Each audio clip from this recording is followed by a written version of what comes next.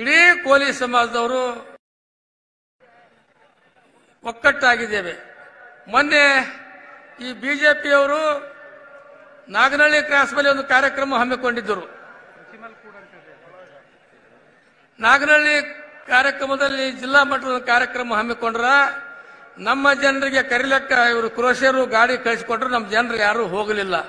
ನೀವು ಬಿಜೆಪಿಯವರು ದ್ರೋಹಿಗಳಿದ್ದೀರಿ, ನಮಗೆ ಮೋಸ ಮಾಡಿದ್ದೀರಿ, ನಾವ್ಯಾರೂ ನಿಮ್ಮ ಗಾಡಿಯಲ್ಲಿ ಕೂಡಲ್ಲ ಅಂತೇಳಿ ವಾಪಸ್ ಕಳಿಸಿದ ಮೇಲೆ ಆ ನಾಗನಹಳ್ಳಿ ಕ್ರಾಸ್ ಇದ್ದಂಥ ಕಾರ್ಯಕ್ರಮ ರದ್ದಾಗಿ ಹೋಯ್ತು. ಪುನಃ ಚಿತ್ತಾಪುರದಲ್ಲಿ ನಿನ್ನೆ 3ನೇ ತಾರೀಕು ಅವರು ಕಾರ್ಯಕ್ರಮ ಹಮ್ಮಿಕೊಂಡಿದ್ದರು.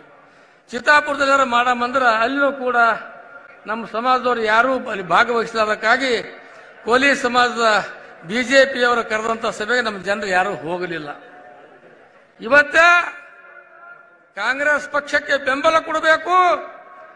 ಮಲ್ಲಿಕಾರ್ಜುನ ಖರ್ಗೆ ಸಾಹೇಬರಿಂದ ಮಾತ್ರ ಕೋಲಿ ಸಮಾಜ ಎಷ್ಟೇ ಆಗ್ತದೆ.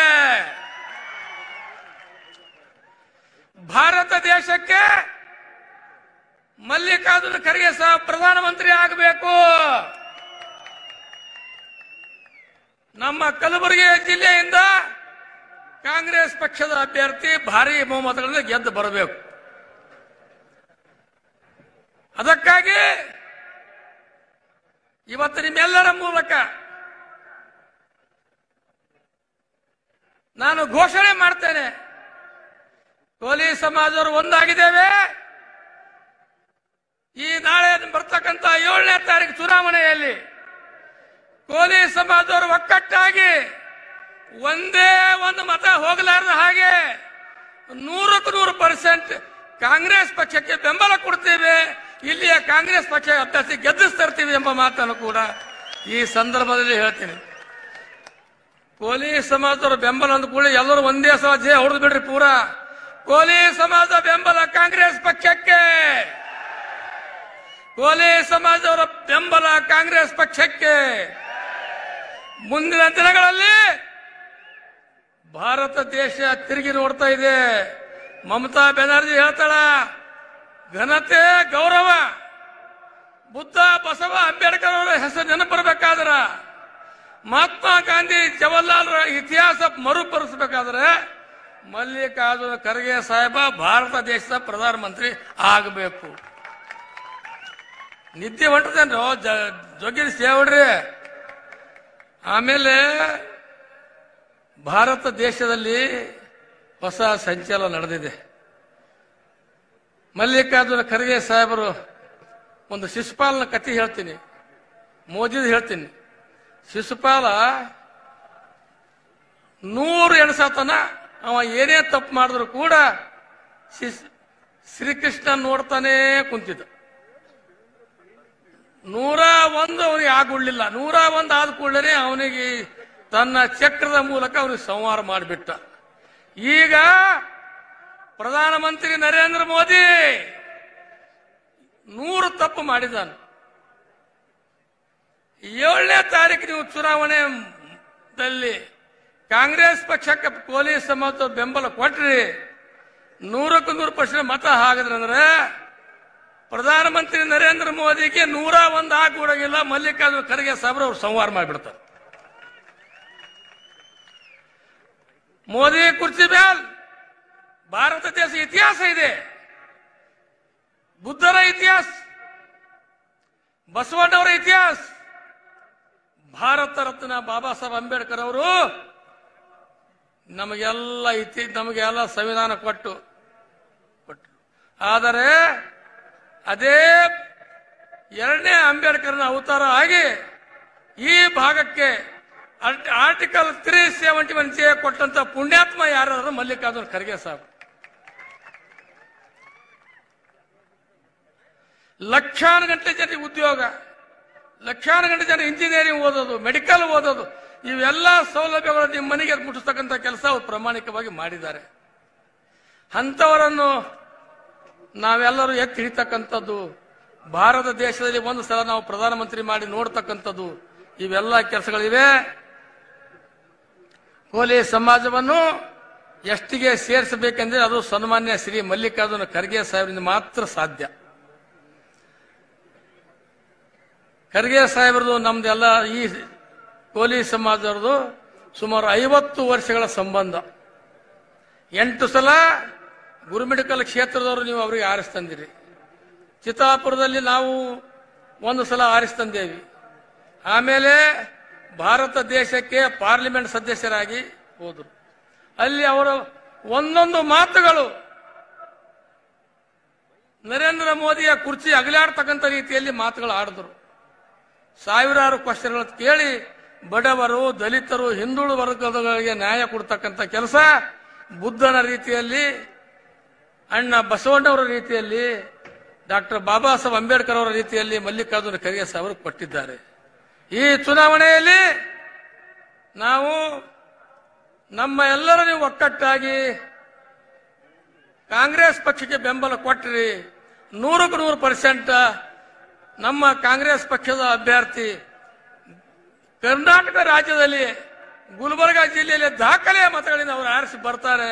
ಬಂದರೆ ನಿಮ್ಮನ್ನು ಎಷ್ಟೇ ಮಾಡ್ತಕ್ಕಂಥ ಜುಮ್ಮೆದಾರಿ ನಂದು. ಮಲ್ಲಿಕಾರ್ಜುನ ಖರ್ಗೆ ಸಾಹೇಬರು ಪಾರ್ಲಿಮೆಂಟ್ ನಡೆದ್ರೆ ಪಾರ್ಲಿಮೆಂಟ್ ನಡಗ್ತದೆ. ಅವರಿಗೆ ಎದುರು ಉತ್ತರ ಕೊಡ್ತಕ್ಕಂಥ ಕೆಲಸ ಆಗಂಗಿಲ್ಲ. ಮೋದಿ ಅವರಿಗೆ ಅದಕ್ಕೆ ಅವ ಮಾರಿ ತಪ್ಪಿಸಿ ಹೋಗ್ತಾನ. ಪಾರ್ಲಿಮೆಂಟ್ಗೆ ಬರಂಗಿಲ್ಲ, ರಾಜ್ಯಸಭೆಗೆ ಬರಂಗಿಲ್ಲ. ಅಂತ ಒಬ್ಬ ಮೋಸಗಾರ ನಮ್ಮ ಸಮಾಜಕ್ಕೆ ಎಷ್ಟಿ ಮಾಡ್ತೀನಿ ಅಂತ ಹೇಳಿ ಮೋಸ ಮಾಡಿದ್ರು. ರವಿಕುಮಾರ್ ಅವರು ಮೋಸ ಮಾಡಿದ್ರು. ಇವೆಲ್ಲವನ್ನು ಕೂಡ ನಾವು ಬದಿಗೊತ್ತಿ, ಅವರ ಕುತಂತ್ರಗಳನ್ನು ಬದಿಗೊತ್ತಿ ನಾವೆಲ್ಲ ಒಕ್ಕಟ್ಟಾಗಿದ್ದೇವೆ. ಪೊಲೀಸ್ ಸಮಾಜದವರು ಒಕ್ಕಟ್ಟಾಗಿ ಒಂದು ತೋರಿಸ್ತಕ್ಕಂಥ ಕೆಲಸ ನೀವೆಲ್ಲ ಪ್ರಾಮಾಣಿಕವಾಗಿ ಮಾಡಿದ್ದೀರಿ.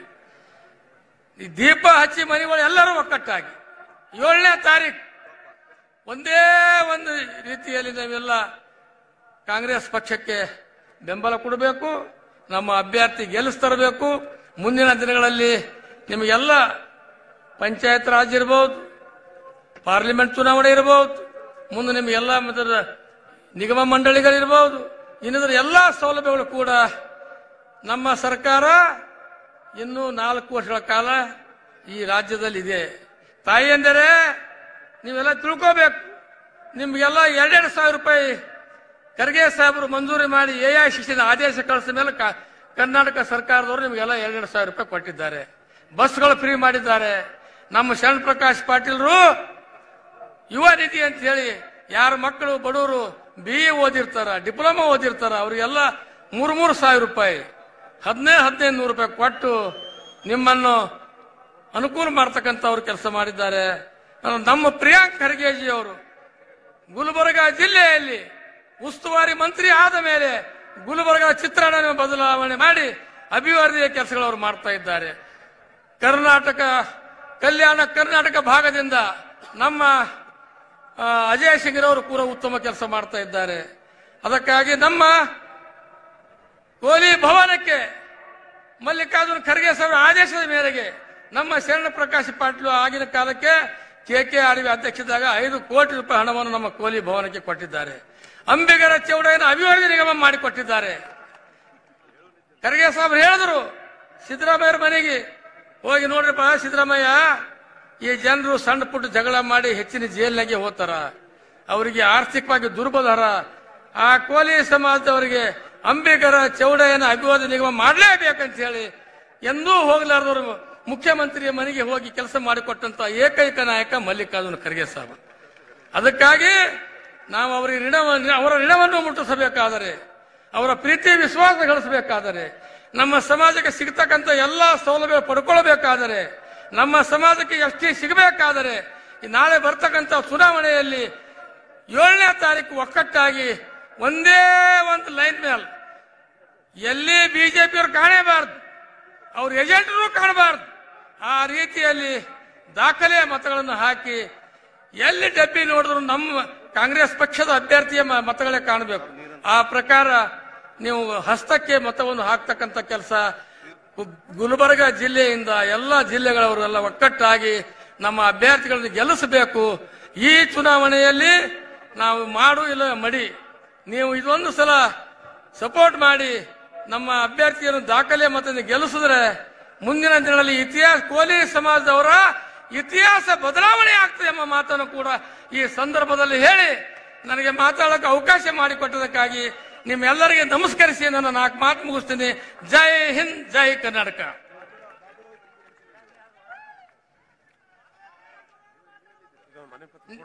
ನಿಮ್ಮೆಲ್ಲರನ್ನು ಉದ್ದೇಶಿಸಿ ಬಾಬುರಾವ್ ಚಿಂಚೇಶ್ವರರು ಮಾತಾಡ್ಬೇಕಂತ ಕೇಳ್ಕೊಳ್ತೀನಿ.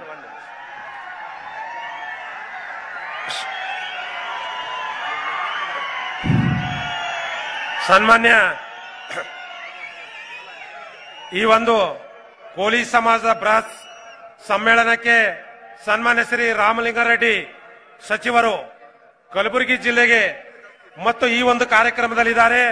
ಸನ್ಮಾನ್ಯ ಶ್ರೀ ಪ್ರಿಯಾಂಕಾ ಖರ್ಗೆಜಿಯವರು ಉಸ್ತುವಾರಿ ಸಚಿವರು ಕೂಡ ಅದ್ಭುತವಾಗಿ ಈ ಒಂದು ಕಾರ್ಯಕ್ರಮಕ್ಕೆ ಬಂದಿದ್ದಾರೆ.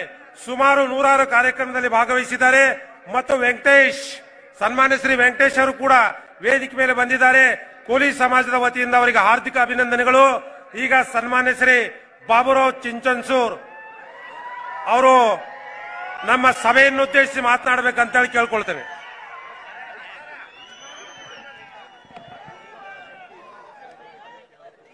ತಮ್ಮೆಲ್ಲ ಸಮಾಜ ಬಂಧುಗಳ ಪಾದ ಕಮಲಗಳಿಗೆ ಸಾಷ್ಟಾಂಗ ನಮಸ್ಕಾರಗಳು.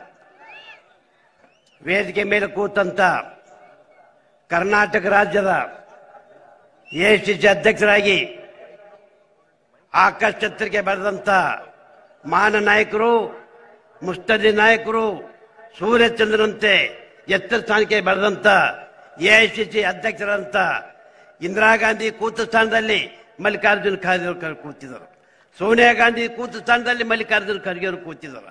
ರಾಹುಲ್ ಗಾಂಧಿ ಕೂತ ಸ್ಥಾನದಲ್ಲಿ ಮಲ್ಲಿಕಾರ್ಜುನ ಖರ್ಗೆ ಅಂತ ಮಹಾನ್ ನಾಯಕ ಇವತ್ತಿನ ದಿವಸ ಕೋಲಿ ಸಮಾಜ ಸಂಭ್ರಮದಲ್ಲಿ ಭಾಗವಹಿಸಿದ್ದಾರೆ. ಕೋಲಿ ಸಮಾಜ ಪರವಾಗಿ ನನ್ನ ಪರವಾಗಿ ಅವ್ರ ಪಾದಕ್ಕೊಂದು 2 ಮಾತನ್ನು ಮುಗಿಸ್ತೇನೆ. ಜಯಂತಿ ಕರ್ನಾಟಕ. ಇವತ್ತಿನ ದಿವಸ ನನಗೆ ಬಹಳ ಸಂತೋಷ ಇದೆ. ಕೋಲಿ ಸಮಾಜ ಸುಧಾರಣೆ ಆಗ ಕಾಲ ಬಂದಿದೆ. ಕೋಲಿ ಸಮಾಜ ಉದ್ಧಾರ ಆಗ ಕಾಲ ಬಂದಿದೆ. ಕೋಲಿ ಸಮಾಜ ಏರಿಕೆ ಆಗ ಕಾಲ ಬಂದಿದೆ. ನಮ್ಗೆಲ್ಲ ಕೋಲಿ ಸಮಾಜ ಹೆಚ್ಚಾಗ ಕಾಲ ಸನ್ನಿಹಿಸುತ್ತದೆ. ಇವತ್ತು ವೇದಿಕೆ ಮೇಲೆ ನಾನು ಒಂದು 2 ನಿಮಿಷ ಸವಿಸ್ತಾರ ಹೇಳ್ತೀನಿ. ವೇದಿಕೆ ಮೇಲೆ ಕುಂತಂತ ಮಂತ್ರಿಗಳಾದಂತ ಸರಳ ಸಜ್ಜನಿಕೆ ಜನಪ್ರಿಯ ನಾಯಕರು, ಸೌಮ್ಯದವರು, ಎಲ್ಲ ಸಮಸ್ತ ಕುಲವಂತ ಗೌರವದಿಂದ ಪ್ರೀತಿಯಿಂದ ಕಾಣುತ್ತಿರುವ ಸನ್ಮಾನ್ಯ ಶರಪ್ರಕಾಶ್ ಪಾಟೀಲ್ರೆ, ಇನ್ನೊಬ್ಬ ಹಿರಿಯ ನಾಯಕರು, ಮುಸ್ತದಿ ನಾಯಕರು, ಸರಳ ಸಜ್ಜನಿಕೆ ಜನಪ್ರಿಯ ನಾಯಕರಂತ ರಾಮಲಿಂಗಾರೆಡ್ಡಿ ಅವರೇ, ಮತ್ತು ಈ ಭಾಗದ ಬ್ಯಾಕೋ ಕ್ಲಾಸ್ ನೇತಾ ಆದಂತ ಮಾಜಿ ಮಂತ್ರಿ ಆದಂತ ನಾವಿಬ್ರು ಜೋಡಿ ಎತ್ತುಗಳಾದಂತ ಮಾಲಿಕೈ ಗುತ್ತೇದಾರ್ ಅವರೇ, ವೇದಿಕೆ ಮೇಲೆ ಕುಂತಂತ ML ಆದ ಇವತ್ತ MI ಪಾಟೀಲ್ರೇ, ತಿಪ್ಪಣ್ಣ ಕಮಕ್ನೂರ್ ಅವರೇ, ಮತ್ತು ಕರ್ನಾಟಕ ರಾಜ್ಯದಲ್ಲಿ ತಮಗೆಲ್ಲರಿಗೂ ರಾಜ್ಯಕ್ಕೆ ಮೆಚ್ಚುವಂತ ಕೆಲಸ ಮಾಡುತ್ತಿರುವ ಧೀಮಂತ ನಾಯಕರು, ಮುಸ್ತದಿ ನಾಯಕರು, ಜನಪ್ರಿಯ ನಾಯಕರು, ತಮ್ಮದೇ ಆದ ಒಂದು ಛಾಪ ಮೂಡಿಸಿದಂತ ಮಂತ್ರಿಗಳಂತ ಪ್ರಿಯಾಂಕಾ ಖರ್ಗೆ ಅವರೇ, ಕೋಲಿ ಸಮಾಜ ಹಿರಿಯ ಮುಖಂಡರು ಸುಮಾರು 40-50 ವರ್ಷ ಕಾಲ ಕೋಲಿ ಸಮಾಜ ಎಸ್ಟಿ ಮಾಡ್ಬೇಕಂತಂದು ನಾನು ಮತ್ತು ಭೀಮಣ್ಣ ಸಾಲಿಯವರು 40-50 ವರ್ಷ ಕಾಲ ಹೋರಾಟ ಮಾಡ್ಕೊತೇ ಬಂದಿದ್ದೆವು. ಇವತ್ತ ಕೋಲಿ ಸಮಾಜ ಹಿರಿಯ ನಾಯಕ ಅಂತ ಭೀಮಣ್ಣ ಸಾಲಿ ಅವರಿಗೆ ನಾನು ಅಭಿನಂದನೆ ಸಲ್ಲಿಸ್ತೀನಿ. ಮತ್ತೆ ವೇದಿಕೆ ಮೇಲೆ ಕುಂತ ಇನ್ನೊಬ್ಬ ಕೋಲಿ ಸಮಾಜ ಎಸ್ಟಿ ಘಟಕದ ಯುವ ನಾಯಕರು, ಮುಸ್ತದಿ ನಾಯಕರು, ಹಗಲ ರಾತ್ರಿ ದುಡಿತವ ಲಚ್ಚಪ್ಪ ಧರ್ಮರವರೇ, ಮತ್ತು ಈ ಕೋಲಿ ಸಮಾಜ ಸಮ್ಮೇಳನ ಬಹಳ ಅಷ್ಟದಿಂದ ಕಳಕಳಿಯಿಂದ ಏರ್ಪಾಡು ಮಾಡಿದಂತ ಮಾನೇಗರ್ ಅವರೇ, ಮತ್ತೆ ವೇದಿಕೆ ಮೇಲೆ ಕುಂತಂತ ಗಣ್ಯ ಸಾಹಿಬಣ್ಣ ಬೋಳ್ಬಂಡ ಅವರೇ, ವೇದಿಕೆ ಮೇಲೆ ಕುಂತಂತ ಗಣ್ಯ ವ್ಯಕ್ತಿಗಳೇ, ಸಮಸ್ತ ಕುಲ ಬಾಂಧವರೇ, ತಾಯಂದ್ರೆ, ಅಕ್ಕ ತಂಗಿಯರೇ, ಪತ್ರಕರ್ತ ಬಂಧುಗಳೇ, ಇವತ್ತಿನ ದಿವಸ ಕೋಲಿ ಸಮಾಜಕ್ಕೆ ಹೊಸ ಇತಿಹಾಸ ಸೃಷ್ಟಿಯಾಗ ಕಾಲ ಬಂದಿದೆ. ನಾನು ಸುಮಾರು 40-50 ವರ್ಷ ಕಾಲ ನಾನು ಭೀಮಣ್ಣ ಸಾಲಿ ಎಸ್ಟಿ ಮಾಡಿಸಲು ಹೋರಾಟ ಮಾಡ್ಕೊತೇ ಬಂದಿದ್ದೆವು. ಆದ್ರೆ ಆಗ್ಲಿಲ್ಲ. ಮಗ ಹುಟ್ಟ ದಿವಸ ಡಾಕ್ಟರ್ ಆಗುದಿಲ್ಲ. ಆದ್ರೆ ವೀರಪ್ಪ ಮೊಯ್ಲಿ ಮುಖ್ಯಮಂತ್ರಿ ಇದ್ದಾಗ ನನ್ನ ಮಾತು ಕೇಳಿ ಕೆಟಗರಿ ಜಾರಿ ಮಾಡಿದ್ರು ವೀರಪ್ಪ ಮೊಯ್ಲಿರು. ಈಗ ಎಸ್ಟಿ ಆಗ ಕಾಲ ಸನ್ನಿಹಿತವಾಗಿದೆ. ಮಲ್ಲಿಕಾರ್ಜುನ ಖರ್ಗೆ ಅವರು ಇವತ್ತು ಎಐಸಿಸಿ ಅಧ್ಯಕ್ಷರಾಗಿ ವಿಶ್ವ ಮೆಚ್ಚುವಂತ ಕೆಲಸ ಮಾಡ್ತಾ ಇದ್ದಾರೆ ಮಲ್ಲಿಕಾರ್ಜುನ ಖರ್ಗೆ ಅವರು. ಮುಂದಿನ ದಿನಗಳಲ್ಲಿ ಸೂರ್ಯ ಚಂದ್ರ ಹುಟ್ಟದ ಮುಳುಗೇಡು ಸತ್ಯವೋ ಆಟೆ ಸತ್ಯವಾಗಿ ಮಲ್ಲಿಕಾರ್ಜುನ ಖರ್ಗೆ ಅವರು ಪ್ರಧಾನಮಂತ್ರಿ ಆಗ್ತಾ ಇದ್ದಾರೆ. ಇವತ್ತು ಅಂತ ಮುಸ್ತದಿ ನಾಯಕರನ್ನು, ಪ್ರಭಾವಿ ನಾಯಕರನ್ನು, ಬಲಿಷ್ಠ ನಾಯಕರು ಇವತ್ತು ಗುಲ್ಬರ್ಗ ಜಿಲ್ಲೆದವರು, ಹೈದರಾಬಾದ್ ಕನ್ನಡನವರು ಪಡ್ಕೊಂಡಿದ್ದೆವು. ಇವತ್ತಿನ ದಿವಸ ಹೆಚ್ಚಿಗೆ ಹೇಳ್ಬೇಕಾಗಿಲ್ಲ. ಒಂದೇ ಒಂದು ಮಾತು ಹೇಳ್ಬೇಕಾದ್ರ, ನಾನು ಸುಮಾರು ನನಗ ತಾಯಿ ತಂದೆ ಮಕ್ಕಳು ಮರಿ ಯಾರಿಲ್ಲ. ಸಮಾಜವೇ ನನ್ನ ಸೋದರು, ಸಮಾಜವೇ ಬಂಧು, ಸಮಾಜವೇ ನನ್ನ ತಾಯಿ ತಂದೆ. ನಾನಿವತ್ತು ನನ್ನ ಜೀವನ ಕತ್ತಲಲ್ಲಿ ನನಗೆ ತಾಯಿ ತಂದೆ ಮಕ್ಕಳು ಮರಿ ಯಾರಿಲ್ಲ. ಆದ್ರೆ ಸಮಾಜ ಮಂಗಲಕಾರಿ ನನಗೆ ಬಾಬುರಾವ್ ಚಿಂತಂತರು ಸುಮ್ಮನೆ ಸಾಯುವುದಿಲ್ಲ. ಈ ಕೋಲಿ ಸಮಾಜ ಎಷ್ಟಿ ಮಾಡೇ ಬಾಬುರಾವ್ ಚಿಂತನ್ ಸಾಯುದು. ನನ್ನ ಧರ್ಮ ಪತ್ನಿ ಯಾವುದೂ ಆಸೆ ಅಲ್ಲ. ಒಂದೇ ಒಂದು ಇದು ಬಿದ್ದು ಹೋಗಂತ ಶರೀರು, ಮಣ್ಣು ಪಾಲಂತ ಶರೀರು, ಹೀಗೆ ಸಾಯೋದಕ್ಕಂತ ಕೋಲಿ ಸಮಾಜ ಎಷ್ಟಿ ಮಾಡಿ ಸಾಯ್ಬೇಕಂತ ನಾ ಪ್ರತಿಜ್ಞೆ ತೊಟ್ಟಿನಿ. ಇದು ನನ್ನ ಭೀಷ್ಮ ಪ್ರತಿಜ್ಞೆ. ಈಗ ಎಷ್ಟಿ ಆಗ ಕಾಲ 40-50 ಕಾಲ ಹೋರಾಟ ಮಾಡಿದ್ದೇನೆ. ಆದ್ರ ಈಗ ಅದೊಂದು ಸನ್ನಿವೇಶವಿದೆ. ಮಲ್ಲಿಕಾರ್ಜುನ ಖರ್ಗೆಯವರು ಕೋಲಿ ಸಮಾಜ ಏನ್ ಕಷ್ಟಿದೆ, ಕೋಲಿ ಸಮಾಜ ಏನ್ ನೋವಿದೆ, ಕೋಲಿ ಸಮಾಜ ತೊಂದರೆ ಮಲ್ಲಿಕಾರ್ಜುನ ಖರ್ಗೆ ಚೆನ್ನಾಗಿ ಗೊತ್ತಿದೆ. ಅಂತ ಮಹಾನ್ ನಾಯಕತ್ವ ಇವತ್ತು ನಾವು ಗುಲ್ಬರ್ಗ ಜಿಲ್ಲಾದವ್ರು ಪಡೆದಿದ್ರು. ಬಹಳ ಆಕಾಶ ಛತ್ರ ಬೆಳೆದಿದ್ದಾರೆ, ಆಕಾಶ ಛತ್ರ ಬೆಳೆದರೆ ಇವತ್ತಿನ ದಿವಸ ಇವತ್ತ ನಕ್ಷತ್ರ ತಾರೆ ಆಕಾಶ ಛತ್ರ ಬೆಳೆದಾರ. ಮುಂದಿನ ದಿನಗಳಲ್ಲಿ ಈ ದೇಶದ ನಾಯಕರಾಗಿ, ವಿಶ್ವ ಮೆಚ್ಚುವಂತ ನಾಯಕರಾಗಿ, ಪ್ರಭಾವಿ ನಾಯಕರಾಗಿ ಮುಂದಿನ ದಿನಗಳಲ್ಲಿ ಇವತ್ತ ಮಲ್ಲಿಕಾರ್ಜುನ ಖರ್ಗೆ ಅವರು ಆಗ್ತಾ ಇದಾರ. ಮಲ್ಲಿಕಾರ್ಜುನ ಖರ್ಗೆ ಅವರು ಇವತ್ತ ಪ್ರಧಾನಮಂತ್ರಿ ಆದ್ರ. ಸೂರ್ಯ ಚಂದ್ರ ಹುಟ್ಟದ ಮುಳುಗೆಟ್ಟದ್ವ ಅಷ್ಟೇ ಸತ್ವ ಕೋಲಿ ಸಮಾಜ ಎಷ್ಟಿ ಮಾಡಿದ್ದು ಶತಸಿದ್ಧ. ಮಲ್ಲಿಕಾರ್ಜುನ ಖರ್ಗೆ ಅವರಿಗೆ ಕೋಲಿ ಸಮಾಜ ಮೇಲೆ ಅಪಾರವಾದ ಗೌರವ ಇದೆ, ಸಾಕಷ್ಟು ಅಭಿಮಾನ ಇದೆ. ಕೋಲಿ ಸಮಾಜದವರಿಗೆ ಅಂದ್ರೆ ಅವ್ರಿಗೆ ಇಲ್ಲದಂತ ಪ್ರೀತಿ ಹುಡ್ತಿದೆ. ಆದ ಕಾರಣ ಇವತ್ತಿನ ದಿವಸ ನಾವು ಬ್ರಾಹ್ಮಣ ಸಂಖ್ಯೆಯಲ್ಲಿ ಸೇರಿದೆವು. ಕೋಲಿ ಸಮಾಜ ಮತದಾರ ಬಂದಲ್ಲಿ ಒಂದೇ ಒಂದು ಮಾಡ್ಕೊಳ್ತೀನಿ. ಹೋದಲ್ಲಿ ಸ್ವಲ್ಪ ಪೊಲೀಸರು ಆ ಕಡೆಗೆ ಈ ಸಲ ಒಂದು ಓಟ್ನು ಸಹಿತ ಬಿಜೆಪಿ ಹುಲ್ಲಾರ್ದೆ. ಅವ ಜಾಧವ್ ನಂಬರ್ 1 ಸುಳ್ಳು ಮನುಷ್ಯ. ನನಗೆ ಅವ ಮೋಸ ಮಾಡಿದಾನ. ನಾ ಕೋಲಿ ಸಮಾಜ ಎಷ್ಟಿ ಮಾಡ್ತೇನೆ ಅಂತ ಹೇಳಿ ಬಿಜೆಪಿ ತಗೊಂಡ. ನಾ ಹೇಳಿದೆ ನನಗೆ ತಾಯಿ ತಂದೆ ಮಕ್ಕಳ ಮರೆಯಿಲ್ಲ, ಸಮಾಜವೇ ನನ್ನ ಸೋದರು, ಸಮಾಜವೇ ನನ್ನ ತಂದೆ, ಸಮಾಜವೇ ನನ್ನ ಬಂಧು ಬಳಗ. ನೀ ಕೋಲಿ ಸಮಾಜ ಎಷ್ಟಿ ಮಾಡ್ತೀನಿ ಅಂದ್ರೆ ಹೇಳಿದ್ರೆ ನಾ ಬಿಜೆಪಿ ಬರ್ತೀನಿ. ನಾನು ಉದ್ದ ಕಾಲು ಬಿದ್ದ ಎಷ್ಟಿ ಮಾಡ್ತೀನಿ. ನಾನು ಬಿಜೆಪಿ ತೋಡಿ ನಮ್ಮ ಮಧ್ಯದಿಂದ ಆರಿಸಿ ಬಂದ ನಂತರ ಅವನಂತ ಸುಳ್ಳಾಡ ಎಂಪಿನ ದೇಶದಾಗ ನೋಡಿಲ್ಲ. ಆಮೇಲೆ ಎಷ್ಟಿ ಒಂದ್ ದಿವಸ ಕೋಲಿ ಸಮಾಜ ಇದೆ ಅಂತ ಅವನ ಸುಳ್ಳಿ ಮಾತನ್ನೇ ಮುಗಿಸಲಗಿ ನಾ MLA ರಾಜೀನಾಮೆ ಕೊಟ್ಟು, ಸಂಪುಟದಲ್ಲಿ ತಾನು ಕ್ಯಾಬಿನೆಟ್ ಚೇರ್ಮನ್ ರಾಜೀನಾಮೆ ಕೊಟ್ಟು, ನನ್ನ ಧರ್ಮ ಪತ್ನಿ food corporation of India new Delhi ಅವೆಲ್ಲ ರಾಜೀನಾಮೆ ಕೊಟ್ಟು ನಾನು ಮಲ್ಲಿಕಾರ್ಜುನ ಖರ್ಗೆ ಅವರ ನೇತೃತ್ವದಲ್ಲಿ ಮತ್ತು ನಾನು ಕಾಂಗ್ರೆಸ್ ಜಾಯಿನ್ ಆಗಿದೆ. ಇವತ್ತಿನ ದಿವಸ ದೇಶ ತುಂಬಾ ಕಾಂಗ್ರೆಸ್ ಮಲ್ಲಿಕಾರ್ಜುನ ಖರ್ಗೆ ಗಾಳಿ ಬೀಸ್ತಾ ಇದೆ. ಮಲ್ಲಿಕಾರ್ಜುನ ಖರ್ಗೆ ಅವರು ಅಲೆ ಎದ್ದಿದೆ. ಮಲ್ಲಿಕಾರ್ಜುನ ಗಾಳಿ ತಪ್ಪಿಸಲಿಕ್ಕೆ ಯಾರಿಂದಲೂ ಸಾಧ್ಯ ಇಲ್ಲ. ಆದ ಕಾರಣ ಇವತ್ತಿನ ದಿವಸ ಬಹಳ ಪ್ರಚಂಡ ಮೊದಲಿಂದ ಇವತ್ತ ಕಾಂಗ್ರೆಸ್ ಸರ್ಕಾರ ಬರ್ತಾರೆ.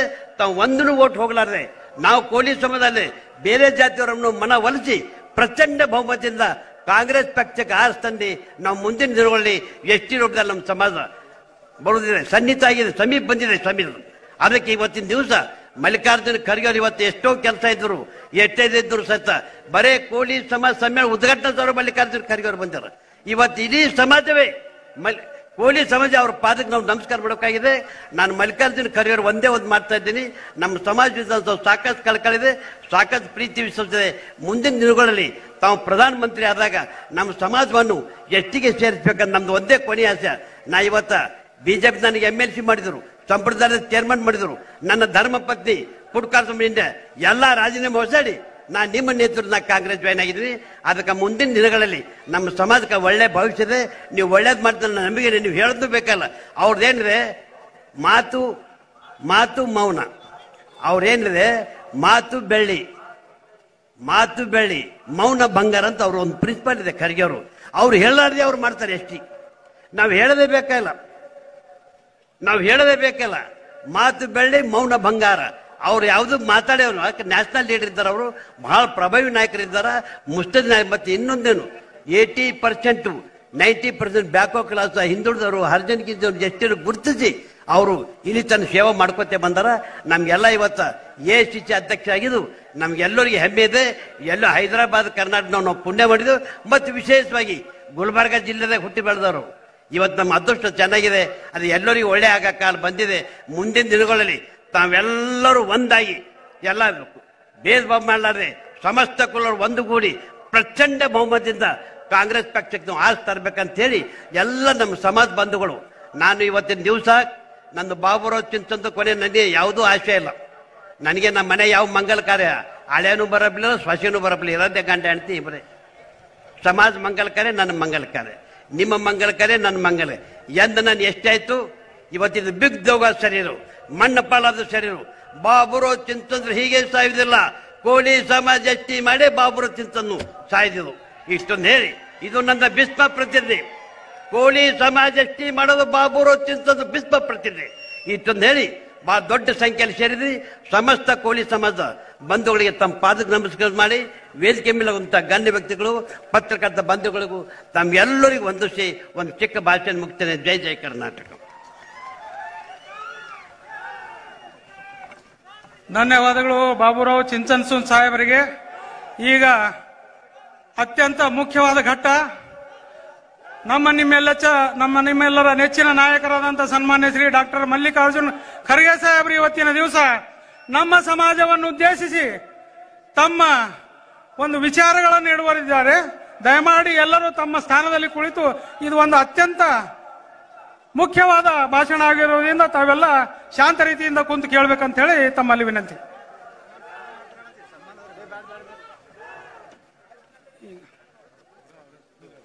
ಈಗ ಸನ್ಮಾನ ಆದ ನಂತರ ಸಾಹೇಬರು ಮಾತಾಡ್ತಾರೆ.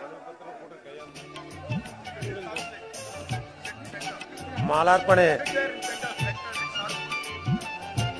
ಈಗ ಮಾನ್ಯ ಖರ್ಗೆಜಿ ಅವರಿಗೆ ಸನ್ಮಾನ.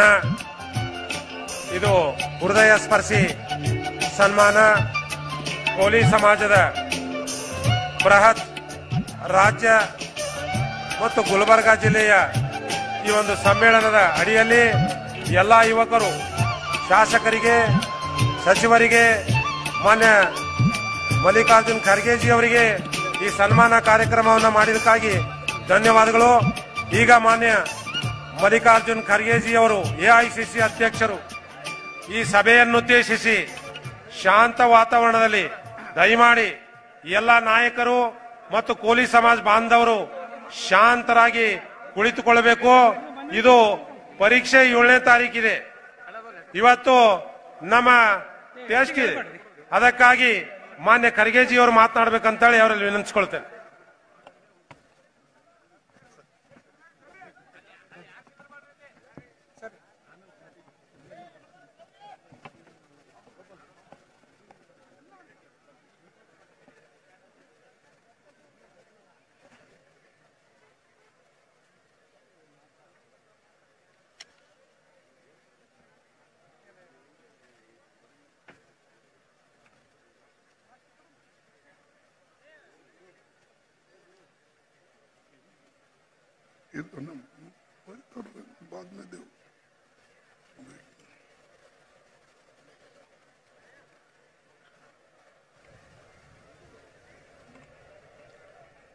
ಇಂದಿನ ಕೋಲಿ ಸಮಾಜದ ಸಮ್ಮೇಳನದಲ್ಲಿ ಈ ಒಂದು ಸಮ್ಮೇಳನಕ್ಕೆ ಸಂಘಟಿತವಾಗಿ ಮಾಡಿದಂತ ಬಾಬುರಾವ್ ಚಿಂಚನ್ಸೂರ್ ಅವರೇ, ತಿಪ್ಪಣ್ಣ ಕಮಕನೂರ್ ಅವರೇ, ಇವರೆಲ್ಲರೂ ಸೇರಿ ಇನ್ನೂ ಅನೇಕ ಅವರ ಸಂಘಟಕರಿದ್ದಾರೆ. ಈ ಒಂದು ದೊಡ್ಡ ಸಮ್ಮೇಳನವನ್ನ ಇಲ್ಲಿ ತಾವು ನೆರವೇರಿಸಿದ್ದೀರಿ. ಅದಕ್ಕೆ ನಿಮ್ಮೆಲ್ಲರಿಗೆ ನಾನು ಧನ್ಯವಾದಗಳನ್ನು ಅರ್ಪಿಸ್ತೇನೆ. ಬೆಂಗಳೂರಿಂದ ಆಗಮಿಸಿದಂತ ರಾಮಲಿಂಗ ರೆಡ್ಡಿ ಅವರೇ, ನಮ್ಮವರೇ ಆದ ಡಾಕ್ಟರ್ ಶರಣಪ್ರಕಾಶ್ ಪಾಟೀಲ್ ರೇ, ಅಜಯ್ ಸಿಂಗ್ ಅವರೇ, ಪ್ರಿಯಾಂಕ್ ಖರ್ಗೆ ಅವರೇ, ಹಿರಿಯರಾದ ಎಂಐ ಪಾಟೀಲ್ ರೇ, ಮಾಜಿ ಮಂತ್ರಿಗಳಾದಂಥ ಮಾಲಿಕಯ್ಯ ಗುತ್ತೇದಾರ್ ಅವರೇ, ಅಲ್ಲಂ ಪ್ರಭು ಪಾಟೀಲ್ ರೇ, ವೆಂಕಟೇಶ್ ಅವರೇ, ಮಂಜುನಾಥ್ ಭಂಡಾರಿ ಅವರೇ, ನಮ್ಮ ಜಿಲ್ಲಾ ಅಧ್ಯಕ್ಷರಾದ ಜಗದೇವ್ ಗುತ್ತೇದಾರ್ ಅವರೇ, ಚಂದ್ರಶೇಖರ್ ಪಾಟೀಲ್ ಎಂಎಲ್ಸಿ ಅವರೇ, ರಾಜಶೇಖರ್ ಪಾಟೀಲ್ ಮಾಜಿ ಮಂತ್ರಿಗಳು ಮತ್ತು ಎಂಎಲ್ಎ ಎಕ್ಸ್ ಎಂಎಲ್ಎ ಅವರೇ, ಶಿವಣ್ಣ ಎಂಎಲ್ಎ ಅವರೇ, ಭೀಮಣ್ಣ ಸಾಲಿ ಹಾಗೂ ಈ ವೇದಿಕೆ ಮೇಲೆ ಕುಳಿತಂತ ನಮ್ಮ ಬೀದರ್ ಜಿಲ್ಲೆಯಿಂದ ಬಂದಂತ ಮಾಲಾ ನಾರಾಯಣ ಅವರೇ ಹಾಗೂ ಅನೇಕ ಜಿಲ್ಲೆಗಳಿಂದ ಆಗಮಿಸಿದಂತ ನಮ್ಮ ಕೋಲಿ ಸಮಾಜದ ಎಲ್ಲ ಮುಖಂಡರೇ, ಒಂದೆರಡು ಹೆಸರುಗಳನ್ನ ತಪ್ಪಿದ್ರೆ ದಯವಿಟ್ಟು ತಾವು ಕ್ಷಮಿಸಬೇಕು. ಯಾಕಂದ್ರೆ ಎಲ್ಲಾ ಹೆಸರುಗಳನ್ನ ನಾವು ತೆಗೆದುಕೊಳ್ಳಕ್ಕೆ ಸಾಧ್ಯ ಆಗೋದಿಲ್ಲ. ಆದರೂ ಕೂಡ ವೇದಿಕೆ ಮೇಲೆ ಇರ್ತಕ್ಕಂಥ ನಮ್ಮ ಮುಖಂಡರಿಗೆ ನನ್ನ ಕ್ಷಮೆಯನ್ನ ಕೇಳಿ, ಇವತ್ತಿಲ್ಲಿ ಉಪಸ್ಥಿತಿದ್ದಂತ ನಮ್ಮ ಬಂಧುಗಳೇ, ಕೋಲಿ ಸಮಾಜದ ಬಾಂಧವರೇ ಹಾಗೂ ಯುವ ಮಿತ್ರರೇ, ಮಾಧ್ಯಮದ ಬಂಧುಗಳೇ ಹಾಗೂ ಈ ಒಂದು ಚುನಾವಣೆಯಲ್ಲಿ ಸಕ್ರಿಯವಾಗಿ ಪಾತ್ರ ವಹಿಸತಕ್ಕಂತ ಎಲ್ಲ ನಮ್ಮ ಕಾರ್ಯಕರ್ತ ಬಂಧುಗಳೇ, ನಾನು ನಿನ್ನೆ ಒಂದು ಪಬ್ಲಿಕ್ ಮೀಟಿಂಗ್ ಅನ್ನ ಗುಜರಾತ್ನಲ್ಲಿ ಅಹಮದಾಬಾದ್ನಲ್ಲಿ ನೆರವೇರಿಸಿದೆ. ಅದು ಇಷ್ಟೊತ್ತಿಗೆ ನಡೀತು. ಯಾಕಂದ್ರೆ 10 ಒಳಗಾಗಿ ಮುಗಿಸ್ಬೇಕು ಅಂದ್ರೆ ಅದು ಗುಜರಾತ್ನಲ್ಲಿ ಬಹಳ ಸ್ವಲ್ಪ ಪೊಲೀಸರ ಕಾಟನೂ ಜಾಸ್ತಿ ಇರ್ತದೆ. ಆದರೂ ನಾವು ನಿಯಮನ ಪಾಲಿಸಲೇಬೇಕು. ನಿನ್ನೆ ಅಲ್ಲಿ ಪಬ್ಲಿಕ್ ಮೀಟಿಂಗ್ ಮಾಡಿಕೊಂಡು ಅದಕ್ಕಿಂತ ಮುಂಚೆ ನಾನು ರಾಯ್ಬರೇಲಿಗೆ ಹೋಗಿದ್ದೆ. ನನಗೆ ರಾಹುಲ್ ಗಾಂಧಿ ಅವರು ಫೋನ್ ಮಾಡಿ ನೀವು ಅಲ್ಲಿ ಬರಬೇಕು, ನಾಮಿನೇಷನ್ ನಾನು, ನಮ್ಮ ತಾಯಿ ಮತ್ತು ಪ್ರಿಯಾಂಕಾ ಅವರು, ನೀವು 4 ಜನನೂ ಕೂಡ ನಾವು ಹಾಜರಿರಬೇಕು, ಅದಕ್ಕಾಗಿ ನೀವು ದಯವಿಟ್ಟು ಬರಬೇಕು ಅಂದ್ರೆ ನಾನು ಇಲ್ಲಿಂದ ಸೀದಾ ರಾಯ್ಬರೇಲಿಗೆ ಹೋದೆ ನಿನ್ನೆ. ಆಮೇಲೆ ಅಲ್ಲಿಂದ ಸೂರತ್ ಮತ್ತು ಅಹಮದಾಬಾದ್ನಲ್ಲಿ ಮೀಟಿಂಗ್ಗಳಿದ್ದು. ಒಂದು ಮೀಟಿಂಗ್ ಅನ್ನ ನಾವು ಕ್ಯಾನ್ಸಲ್ ಮಾಡಬೇಕಾಯ್ತು. ಆದ್ರೆ ಅಹಮದಾಬಾದ್ ಮೀಟಿಂಗ್ ಮಾಡಿ ಅಲ್ಲಿ ಸಾಕಷ್ಟು ಜನ ಸೇರಿದ್ರು. ನಾವು ಏನು ನಮ್ಮ ಪಕ್ಷದ ವತಿಯಿಂದ ನ್ಯಾಯ ಯೋಜನೆಗಳು ಕೊಡ್ತಾ ಇದ್ದೇವೆ ಅಂತ ಹೇಳಿದ್ದೇವೆ ಮತ್ತು ಆ ಗ್ಯಾರಂಟಿಗಳನ್ನ ಅಲ್ಲಿಯೂ ಕೂಡ ನಾನು ಬಹಳ ದೀರ್ಘವಾಗಿ ಮಾತನಾಡಿದೆ. ಈಗ ನಾಳೆ 8 ಗಂಟೆಗೆ ಇಲ್ಲಿಂದ ನಾನು ವೆಸ್ಟ್ ಬೆಂಗಾಲ್ಗೆ ಹೋಗಬೇಕಾಗಿದೆ. ಮಾಲ್ಡಾನಲ್ಲಿ ನಮ್ಮ ಗನಿ ಖಾನ್ ಚೌಧರಿ ಅವರ ತಮ್ಮಂದಿರು ಚುನಾವಣೆಗೆ ನಿಂತಿದ್ದಾರೆ. ಅದಕ್ಕೆ ಅಲ್ಲಿ ಹೋಗಬೇಕು. ಹೀಗೆ ನಾನು ಸುತ್ತುತ್ತಾ ಇದ್ದೇನೆ. ನಮ್ಮ ಲಿಮಿಟೆಡ್ ರಿಸೋರ್ಸಸ್ ನಲ್ಲಿ ಮತ್ತು ನಮಗೆ ಸಾಧ್ಯ ಆದಷ್ಟು ಮಟ್ಟಿಗೆ ಜನಸಹಾಯ ಏನು ಮಾಡ್ತಾ ಇದ್ದಾರೆ ಅದರ ಮೇಲೆ ನಾವು ಈ ಎಲ್ಲ ಒಂದು ಪ್ರಚಾರವನ್ನ ಮಾಡ್ತಾ ಇದ್ದೇವೆ. ಈ ಚುನಾವಣೆ ಬಹಳ ಮಹತ್ವದ ಚುನಾವಣೆ ಇದೆ. ಇದು ಬೇರೆ ಚುನಾವಣೆ ಹೆಂಗಲ್ಲ. ಅನೇಕ ಚುನಾವಣೆಗಳು ಬರ್ತವೆ ಹೋಗ್ತವೆ. ಆದರೆ ಈ ಚುನಾವಣೆ ವಿಶೇಷವಾದಂತ ಮಹತ್ವವನ್ನು ಪಡೆದಿದೆ. ಅದು ಯಾವುದು ಅಂದರೆ ಮೋದಿಜಿಯವರು ಅವರ ಪಕ್ಷದವರು ಅನ್ನೋಕ್ಕಿಂತಲೂ ಮೋದಿಜಿಯವರು ಅನೇಕ ಸಾರಿ ಹೇಳಿದ್ದಾರೆ, ನಾವು 400 ಸೀಟ್ ತಗೊಂಡು ಬರ್ತೇವೆ ಅಂತ. ಅದನ್ನ ತೆಗೆದುಕೊಂಡು ಅವರ ಪಕ್ಷದ ಎಂಪಿಗಳು MLAಗಳು ಅವರು ಓಪನ್ ಆಗಿ ಹೇಳ್ತಾ ಇದ್ದಾರೆ, ನಮಗೆ ನೀವು 2/3 ಭಾಗ 2/3 ಮೆಜಾರಿಟಿ ನಮಗೆ ಕೊಟ್ರೆ ಈ ದೇಶದ ಸಂವಿಧಾನವನ್ನ ಬದಲಾವಣೆ ಮಾಡಿ ತೋರಿಸ್ತೇವೆ ಅಂತಕ್ಕಂಥ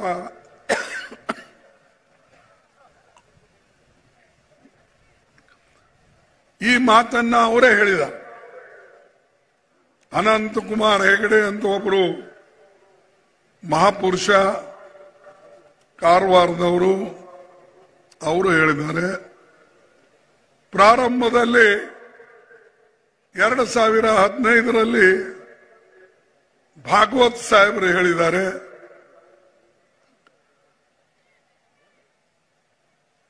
UPದಲ್ಲಿ ಸಾಕಷ್ಟು ಎಂಪಿಗಳು MLAಗಳು ಅವರು ಕೂಡ ಸಂವಿಧಾನ ಬದಲಾವಣೆ ಮಾಡಬೇಕು ಅಂತ ಹೇಳಿ ಮಾತನಾಡ್ತಾ ಇದ್ದಾರೆ.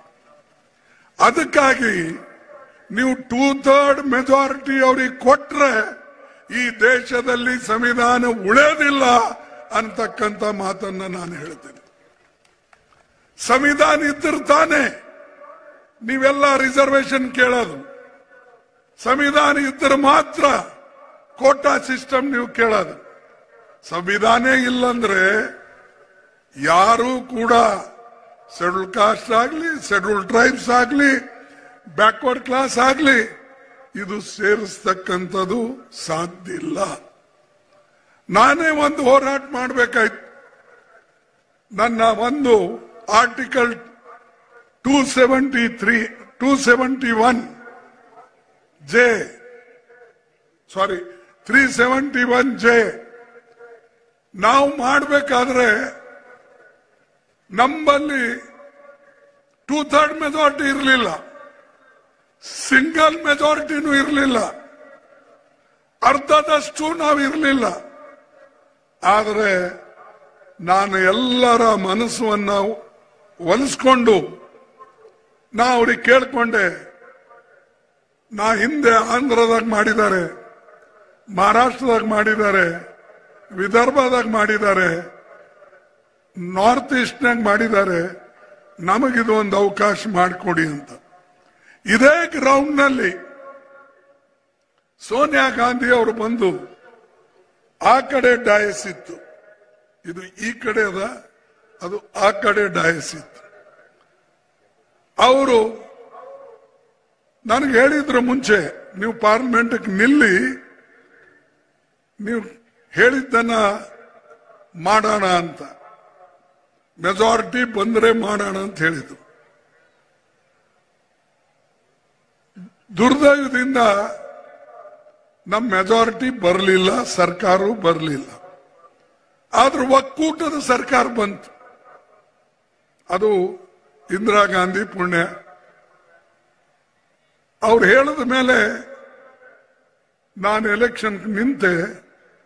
ಆ ಎಲೆಕ್ಷನ್ದಲ್ಲಿ ನಾನು ಗೆದ್ದೆ 2009ರಲ್ಲಿ.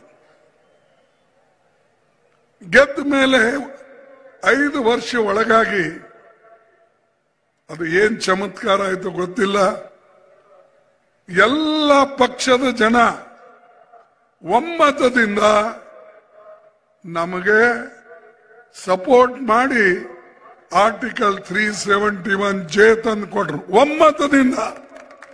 ಇದು ಇತಿಹಾಸದಲ್ಲಿ ಎಲ್ಲೂ ಆಗಿಲ್ಲ. ಆದರೆ ನಮ್ಮ ಪ್ರಚಾರ ಮಾಡೋರು ಕಡಿಮೆ ಇದ್ದಾರೆ, ನನಗೆ ಬೈಯೋರೇ ಜಾಸ್ತಿ ಈ ಭಾಗದಲ್ಲಿ. ಆದ್ರೆ ಪ್ರಚಾರ ಮಾಡೋರು ಇಂಥದ್ದು ಮಾಡಿದ್ರಲ್ಲಪ್ಪ ಅಂತ ಮಾಡಲ್ಲ. ಯಾಕೆ? ಅಸೂಯೆ ಇದ್ರೆ ಯಾವುದೇ ಭಾಗ ಅಭಿವೃದ್ಧಿ ಆಗಲ್ಲ. ಈಗ ನಾವು ಆರ್ಟಿಕಲ್ 371J ಮಾಡಿದ್ದೇವೆ. ಅದ್ರಾಗೇನು ಯಾವುದಾದ್ರೂ ಒಂದು ಜಾತಿ ಇದೆನಾ, ಒಂದು ಕುಲಕ್ಕಿದೆನಾ, ಒಂದು ಧರ್ಮಕ್ಕಿದೆನಾ? ಎಲ್ಲರಿಗಿದೆ.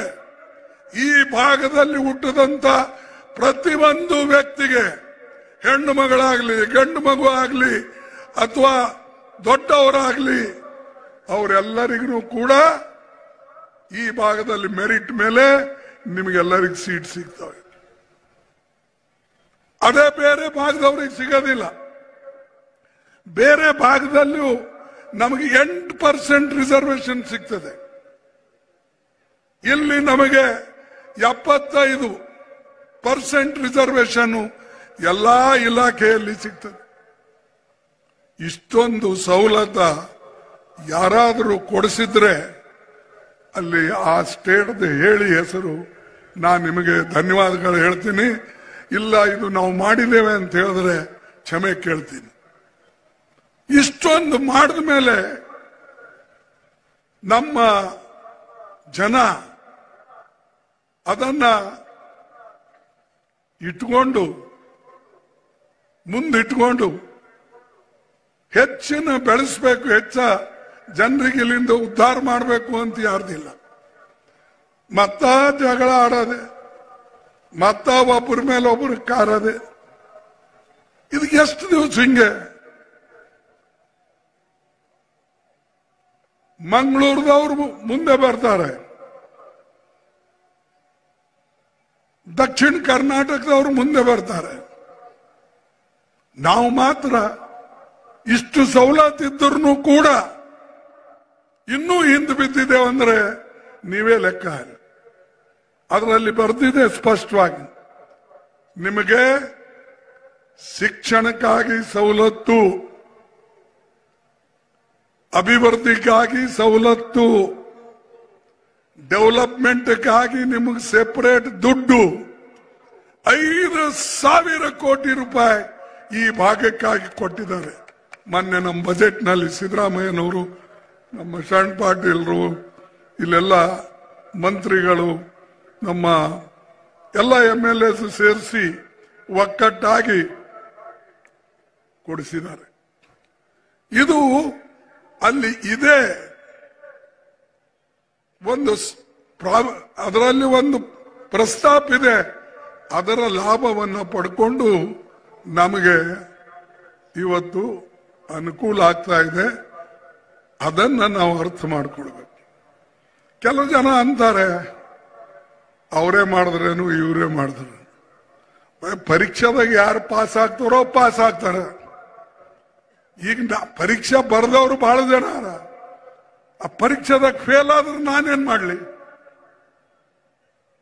ಪರೀಕ್ಷೆದಲ್ಲಿ ಯಾರಾದ್ರೂ ಫೇಲ್ ಆದ್ರೆ ನಾನೇನು ಮಾಡಕ್ಕಾಗಲ್ಲ. ಆ ಪರೀಕ್ಷೆ ಬರೆಯುವಾಗ ನಾವೊಬ್ಬ ಅವ್ರ ಎಲ್ಲರ ಜೊತೆಯಲ್ಲಿ ಪರೀಕ್ಷೆ ಕೂತಿದ್ದೆ. ಬಟ್ ನಾನು ಆರ್ಟಿಕಲ್ 371J ತರದ್ರಲ್ಲಿ ಸ್ಪಷ್ಟವಾಗಿ ಯಶಸ್ವಿ ಆಗಿದ್ದೇವೆ ಅಂತ ಹೇಳಿದೆ. ನಮಗೆ ಧರ್ಮಸಿಂಗ್ ಅವರ ಬೆಂಬಲನೂ ಇತ್ತು, ಸರ್ಕಾರ ಬೆಂಬಲನೂ ಇತ್ತು. ನೀವು ತೆಗೆದು ನೋಡಿ, ಬಸವರಾಜ್ ಪಾಟೀಲ್ ಸೇಡಂ ಅವರು ಓಪನ್ಲಿ ರಾಜ್ಯಸಭಾದಾಗ ಖರ್ಗೆ ಅವರು ಇರದೆ ಹೋಗಿದ್ರೆ ಇದು ಎಂದೂ ಸಾಧ್ಯ ಇರಲಿಲ್ಲ ಅಂತ ಹೇಳಿ ರಾಜ್ಯಸಭಾದಲ್ಲಿ ಭಾಷಣ ಹೋಗಿ ತೆಗೆದು ನೋಡಿ. ಬಿಜೆಪಿದವ್ರು ಓದ್ಲಿ, ಅದರ ಓದ್ಲಿ. ನಂದು ಓದಕ್ಕೆ ನಿಮ್ಗೆ ನಾಚಿಕೆ ಬಂದ್ರೆ ಅಟ್ಲೀಸ್ಟ್ ನಿಮ್ಮವ್ರು ಹೇಳಿದ್ದಾದ್ರೂ ನೋಡ್ಕೊಳ್ಳಿ. ನಾನು ಯಾರಿಗೆ ಟೀಕೆ ಮಾಡಲ್ಲ. ಆದ್ರೆ ಯಾರು ಮಾಡಿದಾರೋ ಇವ್ರು ಮಾಡಿದಾರ ಅನ್ನೋದರ ಸಮಾಧಾನ ಆಗ್ಬೇಕಲ್ಲ. ನಾನು ಅದನ್ನ ಎಂದೂ ಹೇಳಿಲ್ಲ ಮೋದಿಯವರಂಗೆ ಇದನ್ನ ನಾನು ಮಾಡಿದ್ದೇನೆ, ये मोदी की गारंटी, ये खरगे की गारंटी ಅಂತ ಹೇಳಲಿಲ್ಲ. ये गारंटी हैदराबाद कर्नाटक लोगों की गारंटी. ಈ ಭಾಗದ ಜನರ ಹೋರಾಟದ ಫಲ. ಆದ್ರೆ ಎಲ್ಲರೂ ಮರ್ತು ಹೋಗಿದ್ರು, ನಾವು ಮುಂದೆ ಒಯ್ದೆವು. ಇದು ಎಲ್ಲ ನಿಮ್ ಪುಣ್ಯ. ನೀವು ನನಗೆ ಆರಿಸ್ತರದೆ ಹೋಗಿದ್ರೆ ಅದು ಆಗ್ತಾ ಇರಲಿಲ್ಲ. ಸೋನಿಯಾ ಗಾಂಧಿ ಅವರಿಗೆ ನಾವು ಕ್ಯಾಬಿನೆಟ್ ಮಿನಿಸ್ಟರ್ ಮಾಡದೆ ಹೋದ್ರೆ ಇದು ಸಾಧ್ಯ ಇರ್ತಿಲ್ಲ. ಅದಕ್ಕಾಗಿ ನಾವು ಯಾವಾಗಲೂ ಕೂಡ ನೆನೆಸ್ಕೊಳ್ಬೇಕು. ಒಳ್ಳೆ ಕೆಲಸಕ್ಕೆ ಕೆಟ್ಟ ಕೆಲಸ ಮಾಡಿದ್ರೆ ನೀವು ಬೈಕೊಂಡು ಹೋಗಿ, ಆದರೆ ಕಲಬುರಗಿ ಜನರಿಗೆ ನಾನು ವಿಶೇಷವಾಗಿ ಗುರುಮಠಕಲ್ ಜನರಿಗೆ ನೆನೆಸ್ಕೊಳ್ತೀನಿ. ಆಮೇಲೆ ಕಲಬುರಗಿಗೆ ಬರ್ತೀನಿ, ಯಾಕಂದ್ರೆ ಅಲ್ಲಿ ನನ್ನ ಮೂಲ ಅಲ್ಲಿದೆ. ಅಲ್ಲೇ ನನಗೆ ಚೂಟಿ ಬಿಟ್ಟಿದ್ರೆ ಮುಂದಕ್ಕೆ ಬರ್ತಿರ್ಲಿಲ್ಲ. ಅದಕ್ಕಾಗಿ ಅವ್ರಿಗೂ ನೆನೆಸ್ತೀನಿ, ನಿಮಗೂ ನೆನೆಸ್ತೀನಿ. ನೀವು ಈ ಮಹಾನ್ ಉಪಕಾರ ಮಾಡಿದಕ್ಕಾಗಿ ನಾನು ಈ ಆರ್ಟಿಕಲ್ 371J ಯೂನಿವರ್ಸಿಟಿ, ರೈಲ್ವೇಸ್ ಇವೆಲ್ಲ ಮಾಡಕ್ಕಾಯ್ತು, ರೈಲ್ವೆ ಬೋಗಿ ಫ್ಯಾಕ್ಟರಿ ಮಾಡಕ್ಕಾಯ್ತು. ಬಹಳಷ್ಟು ನಾವೆಲ್ಲ ಹೇಳಕ್ ಹೋಗೋದಿಲ್ಲ. ನಾರಾಯಣಪುರ ಡ್ಯಾಮಿನ ಅನೇಕ ಕೆನಾಲ್ಗಳಿಗೆ ದುಡ್ಡು ಕೊಡಿಸಿದ್ದು, ಬೇರೆ ಬೇರೆ ಕೆಲಸ ಮಾಡಿದ್ದು ಅದೆಲ್ಲ ಪಟ್ಟಿನೇ ಅದ, ನಾನು ಹೇಳಕ್ ಹೋಗೋದಿಲ್ಲ. ಅಂದ್ರೆ ನೀವೇನು ಅಧಿಕಾರ ಕೊಡ್ತೀರಿ ಆ ಅಧಿಕಾರದ ಸದುಪಯೋಗ ಆಗಬೇಕು. ಯಾರು ನಿಮಗೋಸ್ಕರ ಆ ಒಂದು ಅಭಿವೃದ್ಧಿಗೆ ದಿನರಾತ್ರಿ ಚಿಂತೆ ಮಾಡಿ ಕೆಲಸ ಮಾಡ್ತಾರೋ ಅದನ್ನ ನೀವು ನೋಡಿ. ನಾನು ಗ್ಯಾರಂಟಿ ಕೊಡ್ತೇನೆ, ಯಾವುದೇ ಕೆಲಸ ಮನಸ್ಪೂರ್ವಕವಾಗಿ ನಾವೆಲ್ಲರೂ ಮಾಡಿದ್ರೆ ಈ ಭಾಗ ಇನ್ನೂ ಹೆಚ್ಚಿನ ಅಭಿವೃದ್ಧಿ ಆಗ್ತದೆ. ಇದರಲ್ಲಿ ಯಾವ ಸಂಶಯನೂ ಬೇಡ. ಇನ್ನೊಂದು, ಪೊಲೀಸ್ ಸಮಾಜಕ್ಕೆ ST ಮಾಡಬೇಕು, ಈ ಬೇಡಿಕೆ ಬಹಳ ದಿವಸದಿಂದ ಇದೆ. ಒಂದು ಸಾರಿ ಬಾಬುರಾವ್ ಅಥವಾ ತಿಪ್ಪಣ್ಣ ಇದ್ರು ಇಲ್ಲೋ ಇನ್ನೊಬ್ರು ಯಾರು ಕೆಲವು ಒಂದಿಬ್ಬರು ಮೂವರು ಬಂದಿದ್ರು. ಒಬ್ಬರು ತಹಸೀಲ್ದಾರ್ ಇದ್ರು, ಕೋಟ್ ಗೀಟ್ ಹಾಕೊಂಡು, ಇವ್ರ PN ಏನೋ ಕಾಣ್ತಾರೆ. ಧರ್ಮ ಕೋಟ್ ಪ್ಯಾಂಟ್ ಹಾಕೊಂಡು ಎಲ್ಲ ಕಡೆ. ಸರ್, ನಮ್ದು ಈ ಬ್ಯಾಕ್ವರ್ಡ್ ಕ್ಲಾಸ್ ಕಮಿಷನ್ದಲ್ಲಿ ಅದು STಗಾಗಿ ರೆಫರ್ ಮಾಡೋದು ಶೆಡ್ಯೂಲ್ ಟ್ರೈಬ್ ಕಮಿಷನ್ ನಲ್ಲಿ ಬಿದ್ದಿದೆ. ದಯವಿಟ್ಟು ನೀವು ಒಂದು ಫೋನ್ ಮಾಡಿ ಅವ್ರಿಗೆ ಹೇಳಬೇಕು ಅಂತ. ತಕ್ಷಣ ಅವ್ರ ಮುಂದಾನೆ ನಾನು ಫೋನ್ ಮಾಡಿ ಅವಾಗ ಹೇಳಿ, ಇಂಥವ್ರು ಬರ್ತಾರೆ ನೀವು ನೋಡಿ ಅಂತ ಹೇಳಿದೆ.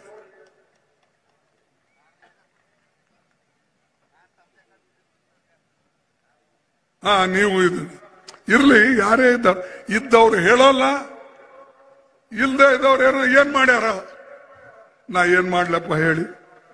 ನನ್ ಬಳಿ ಕೆಲಸ ತಕ್ಕೊಂಡವ್ರು ಪ್ರಚಾರ ಮಾಡ್ಬೇಕೆ ಹೊರತಾಗಿ ನಾನೇ ಹೇಳಕ್ಕಾಗ್ತದ ನಾ ಹಿಂಗ್ ಮಾಡಿದೆ ಹಂಗ್ ಮಾಡಿದೆ. ಈಗೂ ಕೂಡ ನಾನು ಸ್ಪಷ್ಟ ಹೇಳ್ತೇನೆ, ಕಾನೂನು ರೀತಿ ಇಲ್ಲಿಂದ ಏನ್ ಬರ್ತದೋ ಅದನ್ನ ಸೆಂಟ್ರಲ್ ಗವರ್ಮೆಂಟ್ ನಲ್ಲಿ ನಮ್ಮ ಸರ್ಕಾರ ಬಂದ್ರೆ ಉತ್ತಮ, ನಾನು ಬಯಸ್ತೇನೆ, ಬರ್ತದೆ. ಯಾಕಂದ್ರೆ ನಾ ಎಲ್ಲ ಕಡೆ ತಿರುಗ್ತಾ ಇದ್ದೀನಿ, ನಮ್ಮ ಪಕ್ಷಕ್ಕೆ ಭಾರಿ ಬಹುಮತ ಬರೇ ಬರ್ತದೆ.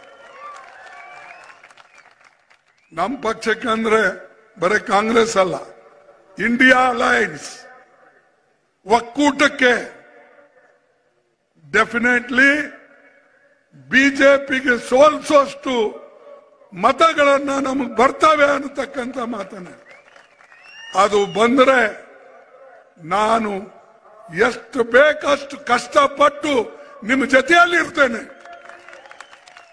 ನೀವೆಲ್ಲಿ ಕರ್ಕೊಂಡು ಹೋಗ್ತೀರಿ, ಯಾರಿಗೆ ಹೇಳಂತೀರಿ, ಏನ್ ಮಾಡಂತೀರಿ, ನಾನು ಮಾಡ್ತೇನೆ. ನಾನು MP ಇಲ್ಲ, ರಾಜ್ಯಸಭಾದಾಗಿದ್ದೀನಿ. ರಾಜ್ಯಸಭಾದಲ್ಲಿ ಇದ್ರೂ ರಾಜ್ಯಸಭಾದ ಜನರಿಗೂ ಅವ್ರಿಗೆ ಒಪ್ಪಿಸ್ತಕ್ಕಂಥದ್ದು ಮತ್ತು ಬೇರೆ ಕಡೆ ಎಲ್ಲೆಲ್ಲಿ ನಾನು ಸಹಾಯ ನಿಮಗೆ ಬೇಕೋ ನಿಮ್ಮ ಜೊತೆಯಲ್ಲಿ ಇರ್ತೇನೆ ಅಂತಕ್ಕಂಥ ಮಾತು ನಾನು ಸ್ಪಷ್ಟವಾಗಿ ಹೇಳ್ತೇನೆ.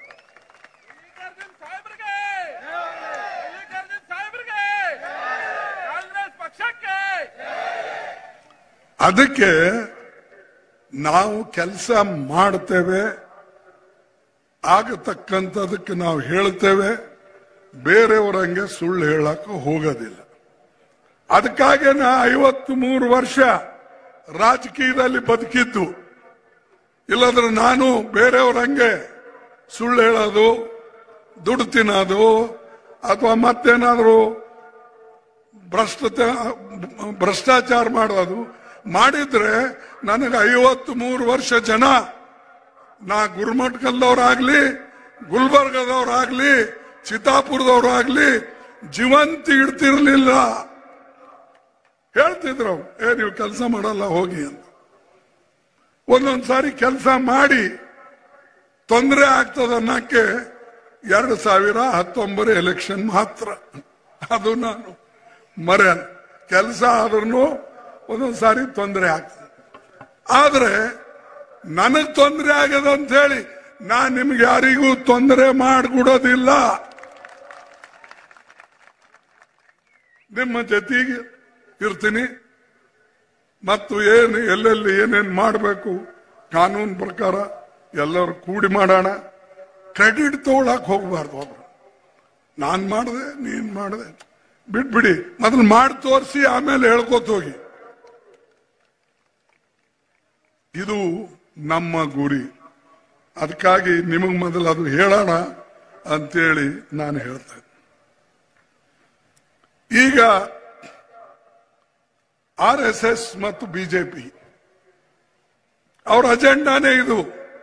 ಈ ದೇಶದಲ್ಲಿ ಪ್ರಜಾಪ್ರಭುತ್ವವನ್ನ ಹಾಳು ಮಾಡಬೇಕು, ಸಂವಿಧಾನವನ್ನ ತಿರುಚಬೇಕು. ಇದು ಅವರ ಒಂದು ಷರತ್, ಇದು ಒಂದು ಅವರ ಟಾರ್ಗೆಟ್. ಅದಕ್ಕಾಗಿ ಎಲ್ಲರೂ ಓಡಾಡ್ತಾರೆ. ಇವ್ರು ಬಾಕಿ ಟೈಮ್ನಾಗ ಯಾಕೆ ಕಾಣಲ್ಲ? ಈ ಕಡೆ ಇವತ್ತು ಬಂದಾರ, ಎಲ್ಲೇ ಒಂದೊಂದು ಹೋದ ಎಲೆಕ್ಷನ್ದಾಗ ಭಾರಿ ಸಂಖ್ಯೆಯಲ್ಲಿ RSS ದವ್ರು ಬಂದಿರು. ಈ ಸಾರಿನೂ ಈಗ ಬಂದಾರ. ಅವ್ರ ಕೆಲಸ ಇರೋದೇ 3-4 ದಿವಸ. ಆ 4 ದಿವಸದಲ್ಲೇ ಅವರೆಲ್ಲ ಕಮಾಲ್ ಮಾಡಿ ಹೋಗ್ತಾರೆ. ನೀವು ಹುಷಾರಾಗಿರ್ಬೇಕು. ನೀವು ಹುಷಾರಾಗಿರ್ಲಿಲ್ಲ ಅಂದ್ರೆ ಅವರೆಲ್ಲ ನಿಮ್ಮ ಓಟ್ಗಳನ್ನ ಕದ್ಕೊಂಡು ಹೋಗ್ತಾರೆ. ಇದು ನೆನಪಿನಲ್ಲಿ ಇಟ್ಕೊಳ್ಳಿ. ಈಗ ರಾತ್ರಿ ಬೆಳಗನ ಅಡ್ಡಾಡ್ತಾರೆ, ಇಲ್ಲದೆ ಒಂದು ಸುಳ್ಳು ಹೇಳ್ತಾರೆ. ಈಗ ಮೋದಿ ಸಾಹೇಬ್ರ ಹೆಂಗ್ ಸುಳ್ಳು ಹೇಳ್ತಾರಲ್ಲ ಹಂಗೆ ಸುಳ್ಳು ಹೇಳ್ತಾರೆ. ಇದನ್ನ ನಾವು ನೆನಪಿನಲ್ಲಿ ಇಡಬೇಕು. ಆದ್ರೆ ಈ ಭಾಗಕ್ಕೆ ಅಭಿವೃದ್ಧಿಗಾಗಿ ನಾವೇನ್ ಕೆಲಸ ಮಾಡಬೇಕು ಆ ಎಲ್ಲ ಕೆಲಸವನ್ನ ನಾವು ಮಾಡೋಣ.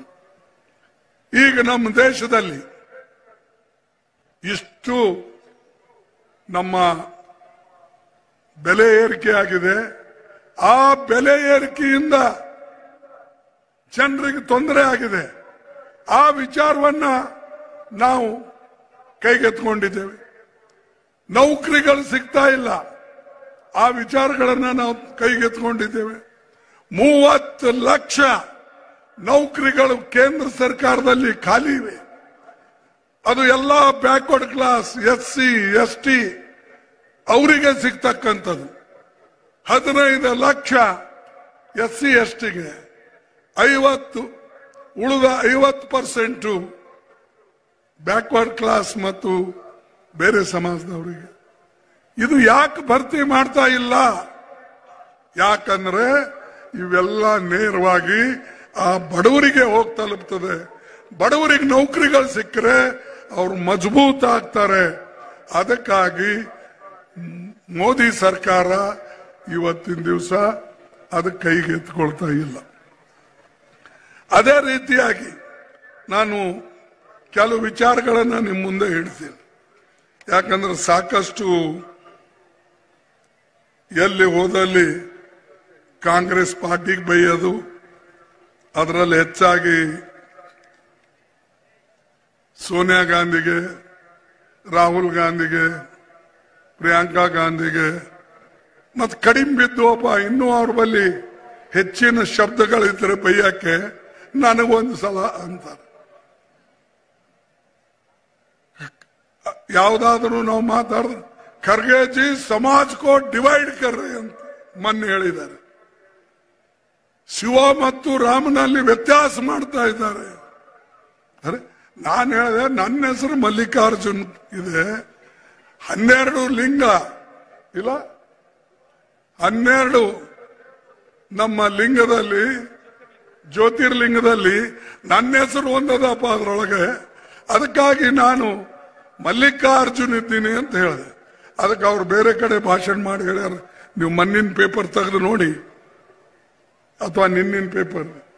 ಖರ್ಗೆ ಜಿ ये राम और शिवा में लोगों को बांट रहे ಅಂತ ಹೇಳ್ಬಿಟ್ಟು.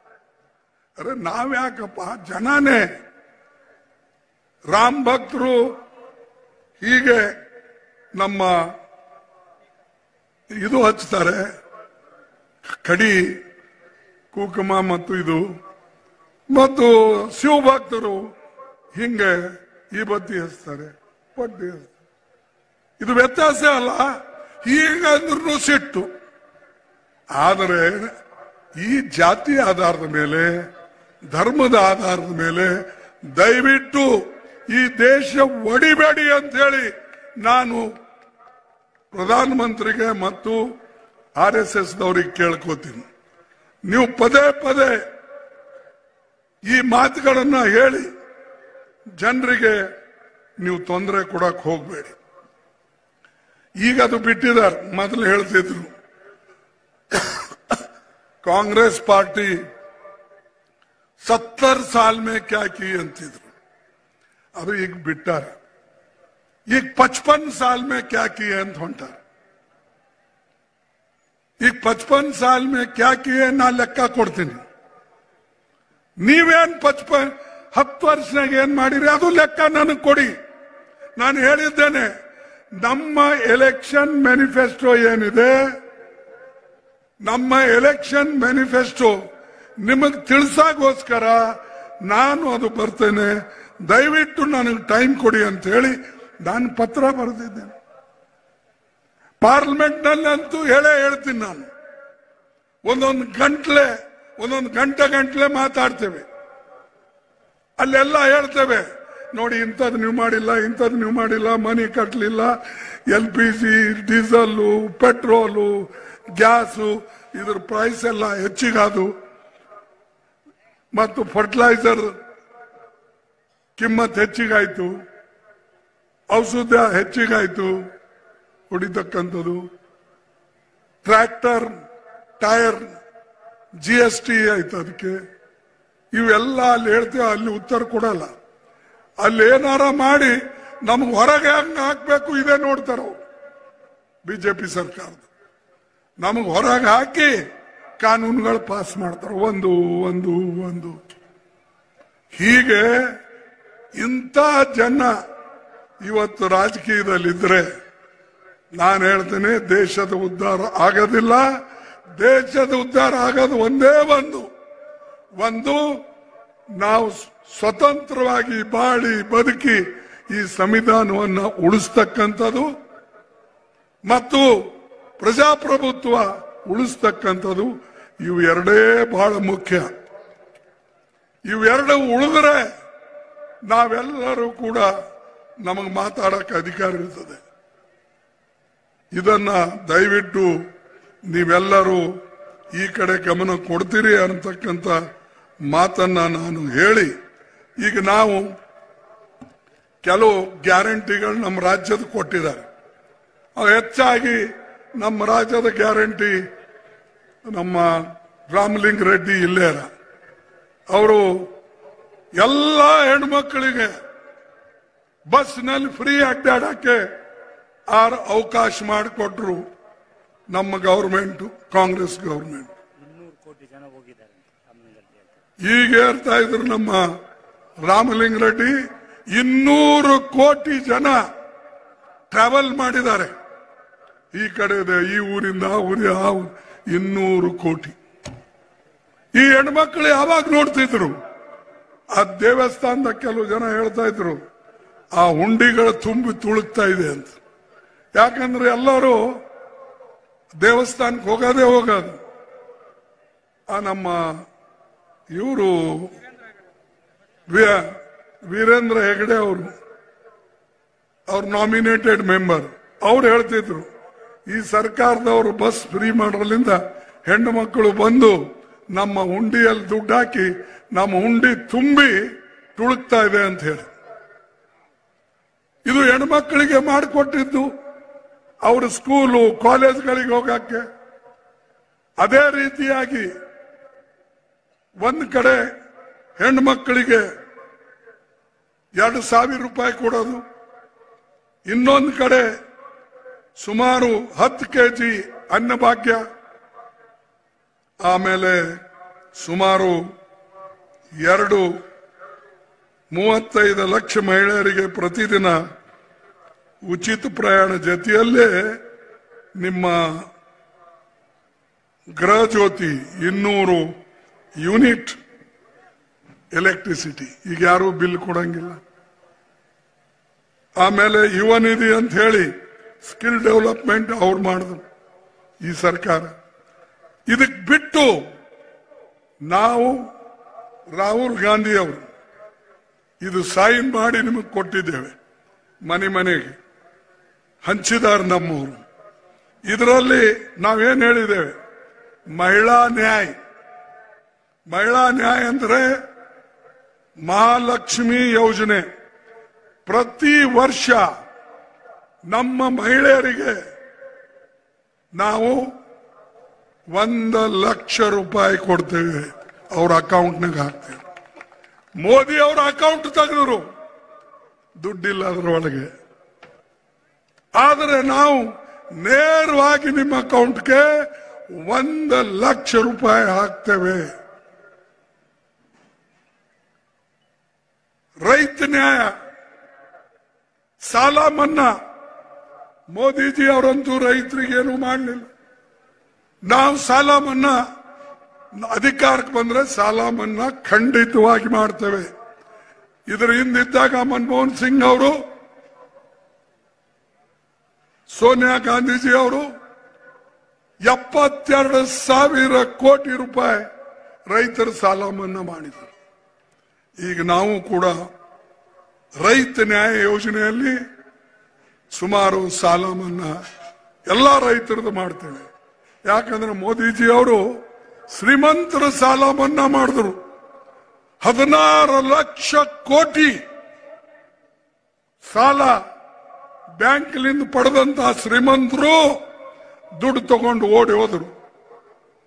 ಆ 16 ಲಕ್ಷದಲ್ಲಿ 4 ಲಕ್ಷ 5 ಲಕ್ಷ ರೈತರ ಸಾಲ ಮನ್ನಾ ಮಾಡಕ್ ಕೊಟ್ಟಿದ್ರೆ ನಿಮಗೆ ಜನ ಹೊಗಳ್ತಿದ್ರು.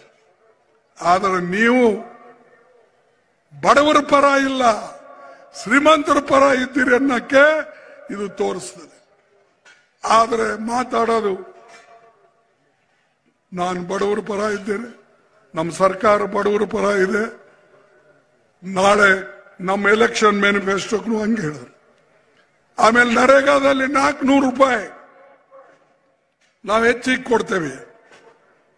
ಯುವ ಬೆಳಕು ಇದಕ್ಕೆ ಸುಮಾರು 1 ಲಕ್ಷ ರೂಪಾಯಿ ವರ್ಷಕ್ಕೆ ಅವ್ರಿಗೆ ಕೊಟ್ಟು ಟ್ರೈನಿಂಗ್ ಕೊಡ್ತೇವೆ. ಇದರ ಜೊತೆಯಲ್ಲಿ ಜನಗಣತಿ ಪ್ರಕಾರ ನಾವು ಜಾತೀಯ ಜನಗಣತಿ ಆಧಾರದ ಮೇಲೆ ಪಾಲಿಸಿ ಮಾಡಿ ಎಲ್ಲ ಜನರಿಗೆ ಸುಖ ಸಂತೋಷವನ್ನು ತರ್ತಕ್ಕಂಥ ಕಾನೂನುಗಳು ಮತ್ತು ಸ್ಕೀಮ್ಗಳು ಮಾಡಿಕೊಡ್ತೇವೆ. ಇವೆಲ್ಲ ನಾವು ಮಾಡಿದ್ದು.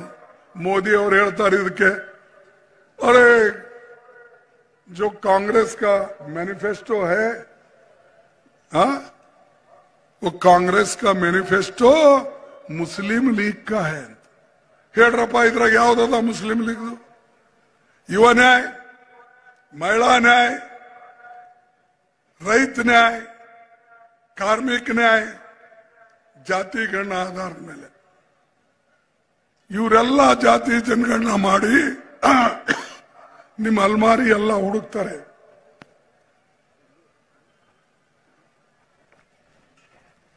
ನಿಮ್ಮೆಲ್ಲ ಅಲ್ಮಾರಿಗಳು ಹುಡುಕ್ತಾರೆ. ಈಗ ನಾವು ಮಾಡೋದು ಯಾಕೆ? ಬ್ಯಾಕ್ವರ್ಡ್ ಕ್ಲಾಸ್ನಾಗೂ ಕೆಲವು ಸಮಾಜ ಮುಂದೋಗಿವೆ, ಕೆಲವು ಸಮಾಜ ಹಿಂದೆ ಬಿದ್ದಿವೆ, ಕೆಲವು ಸಮಾಜ ಸಂಪತ್ತು ಹೆಚ್ಚಿಗಿದೆ, ಕೆಲವು ಕಡಿಮೆ ಇದೆ, ಕೆಲವು ಸಮಾಜದಲ್ಲಿ ಡಾಕ್ಟರ್, ಇಂಜಿನಿಯರ್ಸ್, ಆಫೀಸರ್ ಜಾಸ್ತಿ ಇದ್ದಾರೆ, ಕೆಲವು ಸಮಾಜನಾಗ ಇಲ್ಲ. ಇದ್ರದ್ದು ಎಲ್ಲಾನು ಕೂಡ ಮಾಹಿತಿ ಪಡ್ಕೊಂಡು ನಾವು ಸಹಾಯ ಮಾಡ್ಬೇಕಂತ ಹೊಂಟ್ರೆ ಮುಸ್ಲಿಂ ಲೀಗ್ ಅಂತ ಹೇಳಿದ್ರು. ಇದ್ರಾಗ ತೋರಿಸಿ ಯಾವ್ದಾದ್ರೂ ಒಂದು ಮುಸ್ಲಿಂ ಲೀಗ್ ಬಗ್ಗೆ ನಾವು ಬರೆದಿದ್ದೀವ? ಬೇಕಂತ ಜಗಳ ಹಚ್ಚೋದು, ಮುಸ್ಲಿಮರಿಗೆ ಹಿಂದೂಗಳಿಗೆ ಜಗಳ ಹಚ್ಚೋದು, ಬ್ಯಾಕ್ವರ್ಡ್ ಕ್ಲಾಸ್ನಾಗ್ನು ಜಗಳ ಹಚ್ಚೋದು, ಶೆಡ್ಯೂಲ್ ಕಾಸ್ಟ್ನಾಗ್ನು ಜಗಳ ಹಚ್ಚೋದು. ಈ ಕೆಲಸ ಮೋದಿ ಅವರು ಅವ್ರ ಪಾರ್ಟಿ ಮಾಡ್ತಾರೆ. ನಾವು ಮೋದಿ ಅಂತ ಯಾಕೆ ಹೆಸರು ತಗೊಳ್ಬೇಕಾಗ್ತದೆ? ಪದೇ ಪದೇ ಮೋದಿ ಅವರು ಏನ್ ಹೇಳ್ತಾರೆ ಅಂದ್ರೆ ಪದೇ ಪದೇ ತನ್ನ ಹೆಸರು ಹೇಳ್ತಾರೆ. ನಾವು ಹೇಳ್ತೇವೆ ಇದು ಕಾಂಗ್ರೆಸ್ ಗ್ಯಾರಂಟಿ, ರಾಜ್ಯದಾಗ್ಲಿ ಅಥವಾ ಕೇಂದ್ರದಾಗ್ಲಿ ನಾವು ಕಾಂಗ್ರೆಸ್ ಗ್ಯಾರಂಟಿ ಇದು, ಒಕ್ಕೂಟದ ಗ್ಯಾರಂಟಿ ಇದು ಅಂತ ಹೇಳ್ತೀವಿ. ಮೋದಿ ಅವರು ಹಂಗ ಹೇಳಲ್ಲ, ये मेरी गारंटी, ये ಮೋದಿ ಕಿ ಗ್ಯಾರಂಟಿ. ಅರೆ ನಿಮ್ ಗ್ಯಾರಂಟಿ ಅಂತೂ ಫೇಲ್ ಆಗಿ ಹೋಗಿದೆ. 2 ಕೋಟಿ ನೌಕರಿ ಕೊಡ್ತೀನಿ ಅಂತ ಹೇಳಿದ್ರಿ, ಕೊಟ್ರ? ವರ್ಷಕ್ಕೆ 2 ಕೋಟಿ, 10 ವರ್ಷದಲ್ಲಿ ಎಷ್ಟು ಕೋಟಿ ಕೊಡಬೇಕಾಗಿತ್ತು ನೀವು ಹೇಳಿ? ಎಷ್ಟು ಕೋಟಿ ಕೊಡಬೇಕಾಗಿತ್ತು? 20 ಕೋಟಿ ಕೊಡಬೇಕಾಗಿತ್ತು. ಕೊಡೋ ಮಾರಾಯ, ಎಲ್ಲ 20 ಕೋಟಿ ನೌಕರಿ, 15 लाख रुपए काला धन लाकर मैं सबको दूंगा ಅಂತ ಹೇಳಿದ್ರು. 15 लाख एक के ಜೋಬ್ में ಎಲ್ಲದ ಹೇಳಿ? 15 ಲಕ್ಷ ರೂಪಾಯಿ ಸಿಕ್ಕಿದೆ ನಿಮ್ಗೆ ಯಾರಿಗಾದ್ರು? ಮತ್ ಯಾಕೆ ಸುಳ್ಳು ಹೇಳಬೇಕು? ನಾವು ಸುಳ್ಳು ಹೇಳ್ತಾರೆ ಅಂತ ಹೇಳಿದ್ರೆ ಕೆಲವು ಜನ ಇದು ಕೇಳಲ್ಲ. ಜನರಿಗೆ ನೌಕರಿ ಇಲ್ಲ ಅಂತ ಹೇಳಿ ಇದ್ರ ಬಗ್ಗೆ ನಮಗೆ ಕೇಳಲ್ಲ, ಅಥವಾ ಬೆಲೆ ಗಗನಕ್ಕೆ ಏರ್ತಾ ಇವೆ ಇದ್ರ ಬಗ್ಗೆ ಕೇಳಲ್ಲ. ಕೇಳೋದೇ ಅದ್ರ ಬಗ್ಗೆ हमारे धर्म को, हमारे भगवान को ये बांट रहे ಅಂತ. ಯಾರು ಬಾಟ್ಲದ್ರ? ಯಾರ್ಯಾರಿಗೆ ಶ್ರದ್ಧೆ ಏನಿದೆ ಎಲ್ಲ ದೇವರಿಗೆ ಹೋಗ್ತಾರೆ. ನಾವು ದೇವರ ಹೆಸರ ಮೇಲೆ ಓಟ್ ಕೇಳ್ತಾ ಇಲ್ಲ, ನಾವು ಕೆಲಸದ ಮೇಲೆ ಓಟ್ ಕೇಳ್ತೇವೆ. ಗುಲ್ಬರ್ಗಾದಲ್ಲಿ ಓಟ್ ಕೇಳ್ತಾ ಇದ್ದೇವೆ ಕೆಲಸದ ಮೇಲೆ. ಕಲ್ಯಾಣ ಕರ್ನಾಟಕದಲ್ಲಿ ನಾವು ಓಟ್ ಕೇಳ್ತಾ ಇದ್ದೇವೆ ನಾವು ಮಾಡದಂತ ಅಭಿವೃದ್ಧಿ ಕೆಲಸದ ಮೇಲೆ, ಹೊರತಾಗಿ ಬೇರೆಯವರಿಗೆ ಬೈದು ನಾವು ಕೇಳ್ತಾ ಇಲ್ಲ. ಅದು ನೀವು ನಿಮ್ಮ ಪಟ್ಟಿ ಕೊಟ್ರೆ ನಾವು ಹೇಳ್ತೇವೆ. ಯಾಕಂದ್ರೆ ನನ್ನ ಪಟ್ಟಿ ಪ್ರತಿ ವರ್ಷ ನಾನು ಮೋದಿ ಸರ್ಕಾರಕ್ಕೆ ತಲುಪಿಸ್ತೇನೆ. ಗಂಟ್ಲೆ ಮಾತಾಡ್ತೇವೆ, ಅಲ್ಲೇ ಉತ್ತರ ಕೊಡ್ಬೇಕು, ಅಲ್ಲಿ ಕೊಡೋದಿಲ್ಲ, ಇಲ್ಲೆಲ್ಲಿ ಉತ್ತರ ಕೊಡ್ತಾರೆ ಅವರು. ಅವ್ರ ಶಿಷ್ಯರು ಅಲ್ಲಿ ಇಲ್ಲಿ ಬರೆದು ಕೆಲವು ಪಾಂಪ್ಲೆಟ್ ಹಂಚ್ತಾರೆ. ಅರೆ ನಿಮ್ ಗುರುವಿಗೆ ನಾನು ಪ್ರಶ್ನೆ ಕೇಳ್ತೀನಿ, ನೀವು ಈ ಚಿಪಾಟಿ ಚಿಟ್ಟಿ ಯಾಕೆ ಹಂಚ್ತೀರಿ? ಇಲ್ಲಿ ಹಂಚಲಿ, ಅಲ್ಲಿ ಹೇಳಿ, ಪಾರ್ಲಿಮೆಂಟ್ನಾಗ ಉತ್ತರ ಹೇಳಿ ನಾವು ಕೇಳಿದ ಪ್ರಶ್ನೆಗಳಿಗೆ. ಅವ್ರಿಗೆ ಅವಕಾಶ ಇದೆ. ಅದನ್ನ ಬಿಟ್ಟು ಇವ್ರೇನ್ ಮಾಡಿದ್ರು ಅವ್ರೇನ್ ಇಂಥವೆಲ್ಲ ಮಾತು ಹೇಳ್ತಾರೆ. ಹೇಳಿ, ಅದರಲ್ಲಿಂದ ಉಪಯೋಗ ಆಗೋದಿಲ್ಲ. ದಯವಿಟ್ಟು ನಾನು ನಿಮ್ಮೆಲ್ಲರಿಗೆ ಕೈ ಜೋಡಿಸಿ ಕೇಳಿಕೊಳ್ತಕ್ಕಂಥದ್ದಿಷ್ಟೇ, ಈ ಭಾಗದ ಜನರ ಅಭಿವೃದ್ಧಿ ಆಗಬೇಕು, ರಾಜ್ಯದ ಅಭಿವೃದ್ಧಿ ಆಗಬೇಕು, ದೇಶದಲ್ಲಿ ಒಕ್ಕಟ್ಟಿರಬೇಕು, ದೇಶದಲ್ಲಿ ಒಂದು ಸಂವಿಧಾನಬದ್ಧವಾದಂಥ ಸರ್ಕಾರ ಇರಬೇಕು ಮತ್ತು ಪ್ರಜಾಪ್ರಭುತ್ವ ಅಡಿಯಲ್ಲಿ ನಡಿಬೇಕು. ಅಂಥದ್ದು ಮಾತ್ರ ಅಂಥ ಪಾರ್ಟಿಗೆ ನೀವು ವೋಟ್ ಕೊಟ್ಟು ಗೆಲ್ಲಿಸಿ. ಭ್ರಷ್ಟ ಜನ ಅಂತೂ ಅಲ್ಲೇ ಇದ್ದಾರೆ ಬಿಜೆಪಿಯಲ್ಲಿ. ಇಲ್ಲಿನವರಿಗೆಲ್ಲ ತಗೊಂಡು ಅವರಿಗೆಲ್ಲ ಮೊನ್ನೆ ನಾ ಇಂಟರ್ವ್ಯೂ ನೋಡಿದೆ ಶಾ ಅವ್ರದ್ದು टाइम्स नावದಲ್ಲಿ. अव ಹೇಳ್ತಾರೆ, हम भी लिए भ्रष्ट लोगों को, लेकिन जब तक उसको शिक्षा नहीं होती तब तक वो रहेगा. ಅಂದ್ರೆ ಏನರ್ಥ? ನಿಂಬಲ್ಲಿದ್ರೆ ಒಳ್ಳೆಯವನು, ನಂಬಲ್ಲಿದ್ದಾಗ ಅವ ಭ್ರಷ್ಟ. ನಾನು ಅದಕ್ಕೆ ಮೊದಲೇ ಒಂದೆರಡು ಸಾರಿ ನಿಮ್ಗೆ ಹೇಳಿನಿ, ಶಾ ಅವ್ರ ಹತ್ರ ಒಂದು ದೊಡ್ಡ ವಾಷಿಂಗ್ ಮಷಿನ್ ಇದೆ, ಲಾಂಡ್ರಿ ಇದೆ. ಆ ಲಾಂಡ್ರಿ ಅಂತದಪ್ಪ ಅಂದ್ರೆ ಮನುಷ್ಯ ಒಳಗೆ ಹಾಕಿ ಕ್ಲೀನ್ ಆಗಿ ಬರ್ತಾನೆ. ಬಾಕಿ ಅವ್ರು ಬಟ್ಟಿ ಗಿಟ್ಟಿ ಒಗ್ಯಾಕ ಉಪಯೋಗ ಮಾಡ್ತಾರೆ. ಆದ್ರೆ ಶಾನ್ ಮಷಿನರಿ ಏನಿದೆ, ಶಾನ್ ಮಿಷಿನ್, ಅವರು ವಾಷಿಂಗ್ ಮಷಿನ್, ಒಂದು ಭ್ರಷ್ಟ ಮನುಷ್ಯರಿಗೆ ನೀವು ವಾಷಿಂಗ್ ಮಷಿನ್ನಾಗ ಹಾಕಿದ್ರೆ ಅವ ಬಹಳ ಕ್ಲೀನ್ ಆಗಿ ಹೊರಗೆ ಬರ್ತಾನೆ. ಅದಕ್ಕೆ ಅವ್ರು ತಗೋತಾರೆ. ಇಂಥ ಮಾತುಗಳು ಹೇಳಿ ಜನರಿಗೆ ಎಷ್ಟು ದಿವ್ಸ ಸುಳ್ಳು ಹೇಳ್ತೀರಿ? ಒಂದ್ ದಿವ್ಸ ಸುಳ್ಳು ಹೇಳ್ಬಹುದು, ಅಥವಾ ಒಂದ್ ಸಾರಿ ಹೇಳ್ಬಹುದು. ಪದೇ ಪದೇ ಸುಳ್ಳು ಹೇಳಿದ್ರೆ ಜನ ಕೇಳೋದಿಲ್ಲ. ಕೆಲವು ಜನರಿಗೆ ಒಂದು ಸಾರಿ ನೀವು ಅವ್ರಿಗೆ ಮೂರ್ಖರಾಗಿ ಮಾಡ್ಬೋದು, ಆದ್ರೆ ಪದೇ ಪದೇ ಎಲ್ಲರಿಗೆ ಸದಾಕಾಲ ಮೂರ್ಖರು ಮಾಡಿ ಇಡಕ್ ಆಗೋದಿಲ್ಲ. ಅದಕ್ಕೆ ಬಂಧುಗಳೇ, ನಿಮಗೆ ಹೆಚ್ಚಿನ ಸಮಯ ತೆಗೆದುಕೊಳ್ಳದೆ ನಾವು ಎಲ್ಲರ ಬಗ್ಗೆ ಕಾಳಜಿ ಇಟ್ಕೊಂಡಿದ್ದೇವೆ. ಅದು ಆಶಾ ವರ್ಕರ್ಸ್ ಇರ್ಬೋದು, ಮಿಡ್ ಡೇ ಮೀಲ್ ವರ್ಕರ್ಸ್ ಇರ್ಬೋದು, ಅಂಗನವಾಡಿ ವರ್ಕರ್ಸ್ ಇರ್ಬೋದು, ಮತ್ತು ಇವರೆಲ್ಲರ ಪಗಾರ ಸ್ಯಾಲರಿ ನಾವು ಡಬಲ್ ಮಾಡ್ತೇವೆ. ಅಧಿಕಾರಕ್ಕೆ ಬಂದ್ರೆ ಡಬಲ್. ಈ ಮಾತನ್ನ ನಾವು ಸುಮ್ಮನೆ ಬೂಟಾಟಿಗೆ ಹೇಳಲ್ಲ. ನಾವು ಇದು ತಯಾರು ಮಾಡಿ ಸುಮಾರು 8 ಗಂಟೆ 68 ಜನ ಕುಂತು ಅಕ್ಷರ ಒಬ್ಬೊಬ್ಬರು ಓದಿ ತಯಾರು ಮಾಡಿದಂತ ನಮ್ಮ ಎಲೆಕ್ಷನ್ ಮ್ಯಾನಿಫೆಸ್ಟೋ, ನಮ್ಮ ಚುನಾವಣೆ ಪ್ರಣಾಳಿಕೆ. ಅದಕ್ಕಾಗಿ ನಾವು ಸುಮ್ಮನೆ ಹಿಂಗ ಗಾಳಿಯಲ್ಲಿ ಮಾತಾಡೋರಲ್ಲ, ಇದೆಲ್ಲ ನೋಡಿಕೊಂಡು ಮಾಡಿದ್ದೇವೆ. ದಯವಿಟ್ಟು ನಿಮ್ಮ ಬೆಂಬಲ ನಮಗೆ ಕೊಡಬೇಕು, ಕಾಂಗ್ರೆಸ್ ಪಕ್ಷಕ್ಕೆ, ಹಸ್ತಕ್ಕೆ ಅಂತ ಹೇಳಿ ನೀವು ಕೇಳಿಕೊಂಡು ನಾನು 4 ಮಾತು ಮುಗಿಸ್ತೇನೆ. ದಯವಿಟ್ಟು ಈ ಹಸ್ತಕ್ಕೆ ಮತ ಕೊಡ್ತಕ್ಕಂಥವ್ರು ಕೈ ಎತ್ತಬೇಕು. ನೋಡಿ, ಇದರಿಂದನೇ ನಿಮ್ಮ ಉದ್ಧಾರ, ನಮ್ಮ ಉದ್ಧಾರ. ಅದಕ್ಕೆ ಇದರಲ್ಲೇ ನೀವು ಒಕ್ಕಟ್ಟಾಗಿ 7ನೇ ತಾರೀಕು ಎಲ್ಲರೂ ಹೋಗಿ ಹಸ್ತಕ್ಕೆ ಮತ ಕೊಟ್ಟು ಭಾರಿ ಬಹುಮತದಿಂದ ಕಾಂಗ್ರೆಸ್ ಗೆಲ್ಲಿಸಬೇಕು. ಧನ್ಯವಾದ, ನಮಸ್ಕಾರ.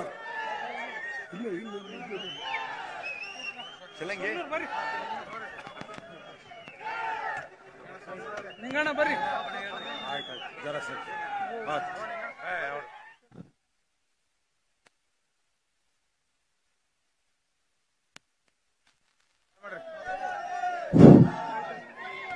ಸನ್ಮಾನ್ಯ ಮಲ್ಲಿಕಾರ್ಜುನ್ ಖರ್ಗೆ ಅವರಿಗೆ ಈಗ ಕಾರ್ಯಕ್ರಮದ ಕೊನೆಯ ಘಟ್ಟ ವಂದನಾರ್ಪಣೆ. ಈ ಒಂದು ಕಾರ್ಯಕ್ರಮದಲ್ಲಿ ಭಾಗವಹಿಸಿರ್ತಕ್ಕಂಥ ಎಲ್ಲರಿಗೂ ಧನ್ಯವಾದಗಳು. ಡಾಕ್ಟರ್ ಶಾಣಪ್ರಕಾಶ್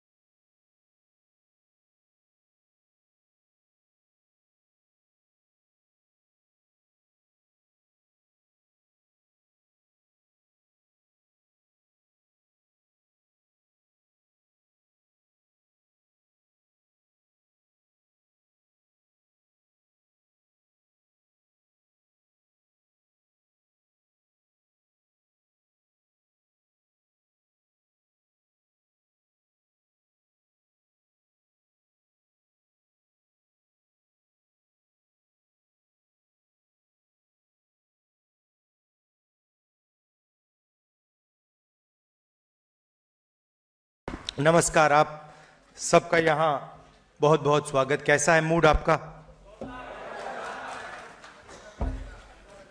और जो हमारे एक्स सर्विसमैन के डिपार्टमेंट हैं, कांग्रेस पार्टी के जो इंचार्ज हैं, आपका भी यहाँ स्वागत।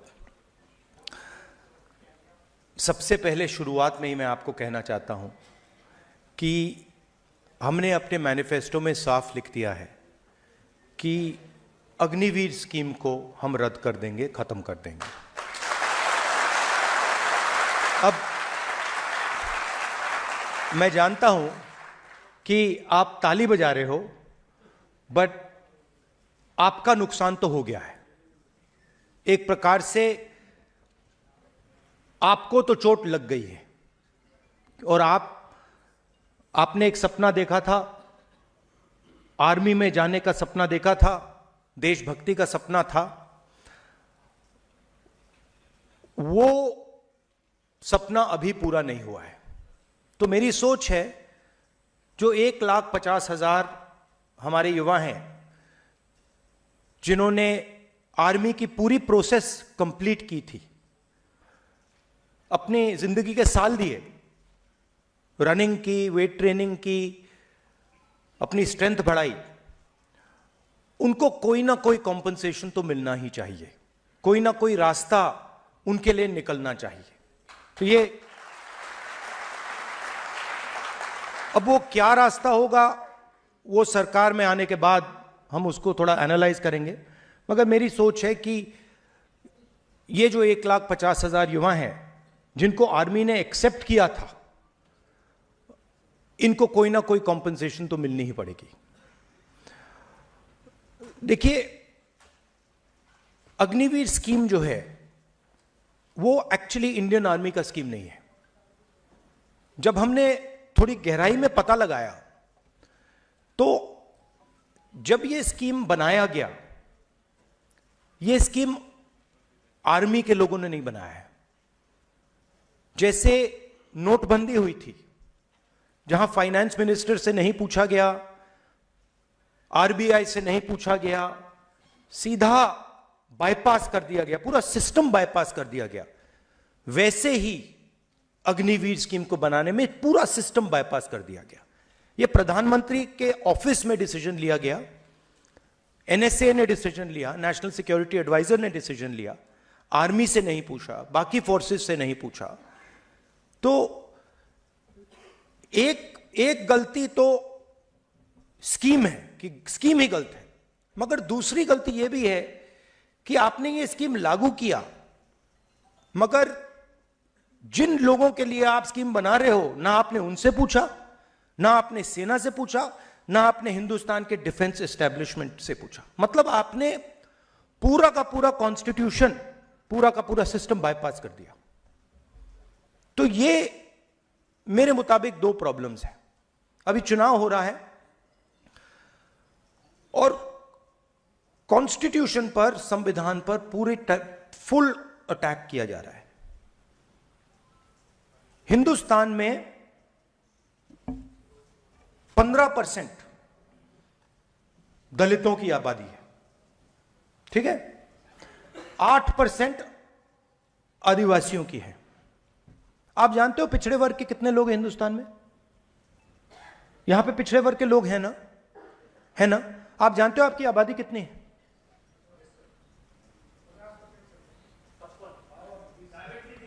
देखो, किसी को नहीं मालूम। 50, 55, 52, 73, 85, 76, 64, मतलब जो भी नंबर निकालने निकाल लो। बट ये बहुत बड़ी प्रॉब्लम है, क्योंकि दलितों को मालूम है,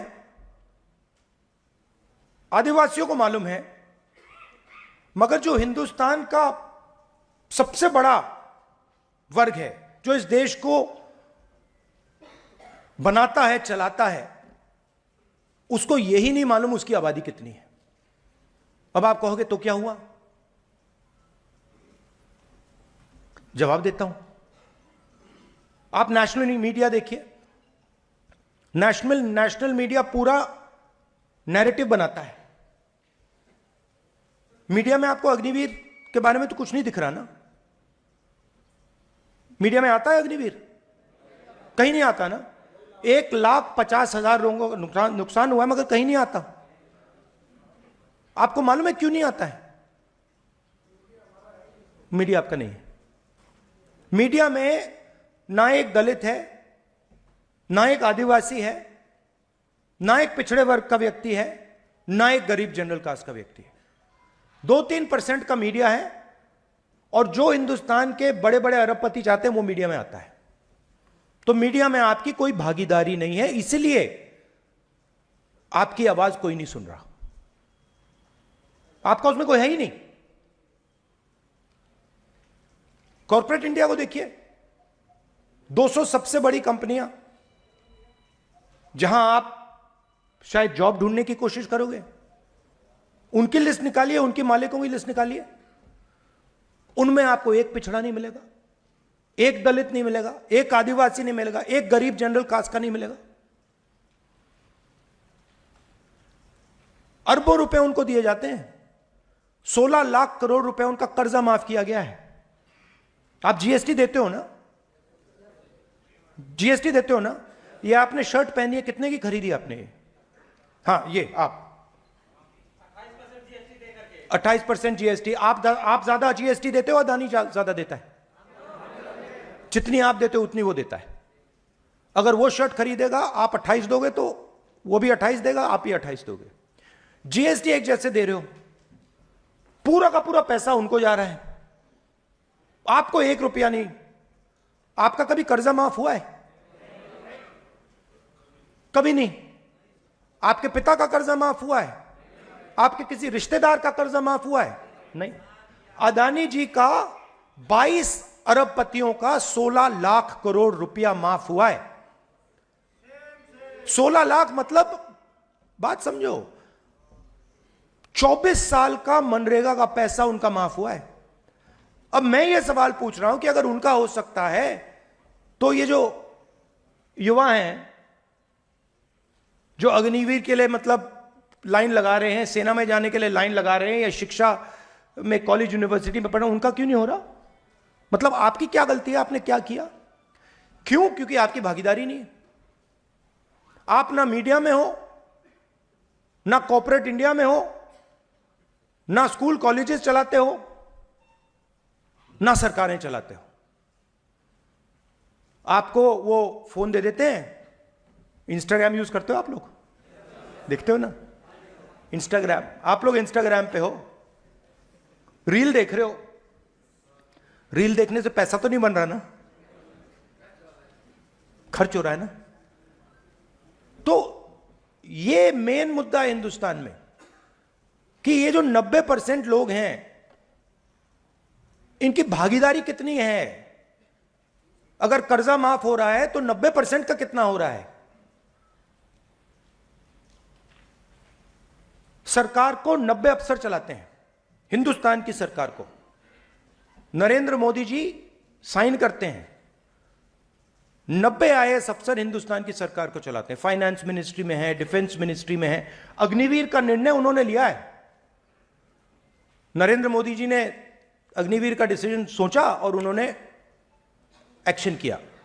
पूरा स्ट्रक्चर उन्होंने बनाया, कितने पैसे मिलेंगे, कितने सालों के लिए होगा, ये पूरा उन्होंने बनाया। 90 हैं, 90 में से 3 पिछड़े वर्ग के हैं, और उनको पीछे किसी छोटे से डिपार्टमेंट में बैठा रखा है। फाइनेंस मिनिस्ट्री में कोई नहीं है, डिफेंस मिनिस्ट्री में कोई नहीं है, बड़ी बड़े मंत्रालयों में कोई नहीं है। 3 दलित, 3 ओबीसी, 1 आदिवासी। और अगर आप बजट को देखेंगे तो अगर हिंदुस्तान की सरकार 100 रुपए खर्च करती है तो जो 90% आबादी वाले हैं वो 6 रुपए 10 पैसे का निर्णय लेते हैं। पहले पब्लिक सेक्टर हुआ करता था, आर्मी हुआ करती थी, ये सारे के सारे रास्ते बंद किए जा रहे हैं। पहले ओबीसी को, दलित को, गरीब जनरल कास्ट को पब्लिक सेक्टर में नौकरी मिल जाती थी, सेना में जा सकते थे, पेंशन मिलती थी। अग्निवीर क्या है?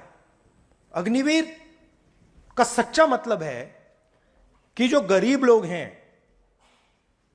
उनको हम पेंशन नहीं देना चाहते, उनको हम शहीद का दर्जा नहीं देना चाहते, उनको हम कैंटीन नहीं देना चाहते। अमीर लोग हैं उनको यह सब मिल जाएगा, मगर जो जवान हैं, जो शहीद होने के लिए तैयार है, वो दो तरीके के बन रहे हैं। एक अग्निवीर, उसको गोली लगेगी तो आप उसको कहेंगे भैया आप तो शहीद ही नहीं हो, आपको कुछ नहीं मिलने वाला, आप मर जाओ, हमें कोई फर्क नहीं पड़ता। और नॉर्मल जवान जिसको कहेंगे हाँ भैया आपको मतलब पेंशन मिलेगी, आपको शहीद का दर्जा मिलेगा। तो आप सोचिए चाइना से युद्ध होगा, एक अग्निवीर और एक नॉर्मल जवान लड़ रहा होगा। अग्निवीर क्या सोचेगा? अग्निवीर सोचेगा भैया अगर मुझे कुछ हो गया तो मेरी परिवार की कोई देखभाल नहीं करेगा, और अगर इसका कुछ हुआ तो इसकी पूरी रक्षा होगी, इसकी पेंशन मिलेगी, इसके परिवार की रक्षा होगी। तो आर्मी का मोराल तो आपने वहीं खत्म कर दिया, आर्मी में फूट वहीं डाल दिया आपने। तो इसलिए हम अग्निवीर को खत्म करने जा रहे हैं। और मैं चाहता हूं कि आप थोड़ा पॉलिटिकली सोचिए, पॉलिटिकली एक्टिवेट होइए। आप 90% में से हो, आपकी शक्ति है, आप शक्ति अपनी पहचानो। मैं हैरान हो गया कि 1,50,000 अग्निवीर हैं, एक्स अग्निवीर, सॉरी, जिनको मतलब आर्मी ने एक्सेप्ट किया था, उनको फिर बाहर निकाल दिया, पेंडिंग। बट मैं आपको सच बताऊं, जितनी आपकी आवाज होनी चाहिए उतनी आपकी आवाज नहीं थी। यह रियलिटी है। अब उसका कारण है कि मीडिया भी आपके खिलाफ, कॉर्पोरेट इंडिया भी आपके खिलाफ, सरकार आपको धमका रही है, शासन धमका रहा है, फोटो ले रहे हैं, कह रहे हैं जॉब नहीं मिलेगी, वो सब है। मगर 1,50,000 लोगों में शक्ति भी बहुत है। वही तो पाकिस्तानी, खालिस्तानी, वो सब। और आपके अंदर देशभक्ति का सच्ची आग है, आपके अंदर है, और आपको वो आतंकवादी कह रहे हैं, और पूरा मीडिया कह रहा है, वो पूरा का पूरा मीडिया कह रहा है, वो किसानों को कह रहे हैं, आपको कह रहे हैं। तो ये इसलिए मैं चाहता हूं कि हम एक साथ काम करें, और अगर हम आपकी मदद कर सकें, आपको आपके लिए आर्मी में रास्ता बना सके, तो हम पूरी कोशिश करके आपके लिए रास्ता बनाएंगे। अब आपके कोई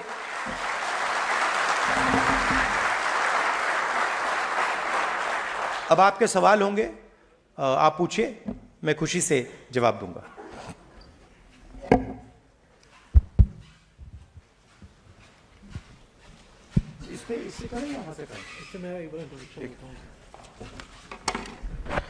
एक तो राहुल जी, जो आज ये हमारे तमाम छात्र और स्टूडेंट्स, यंगस्टर्स, दोस्त मेरे आए हुए हैं, ये अपने अपने जिलों में अग्निवीर को लेकर बहुत बड़ी लंबे समय से लड़ाई लड़ रहे हैं। कुछ ऐसे भी छात्र मुझे आज भी मिले और गाँव में भी मिले कि जिनके ऊपर बहुत गंभीर मुकदमे भी दर्ज कर दिए सरकार ने, जब इन्होंने इसको लेकर प्रोटेस्ट करना शुरू करा। आज काफ़ी लगभग जितने छात्र आए हैं सबके कुछ ना कुछ सवाल थे, लेकिन हमने एक फॉर्मेट बनाया है, जो मैं आपको भी एक फॉर्म दूंगा, कि हमने एक फॉर्म फिल कराया था ये आज।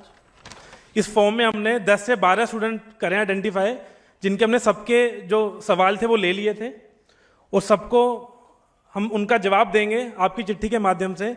10 से 12 लोगों के हमने रैंडम पिक करे क्वेश्चंस जो आपसे सवाल करेंगे।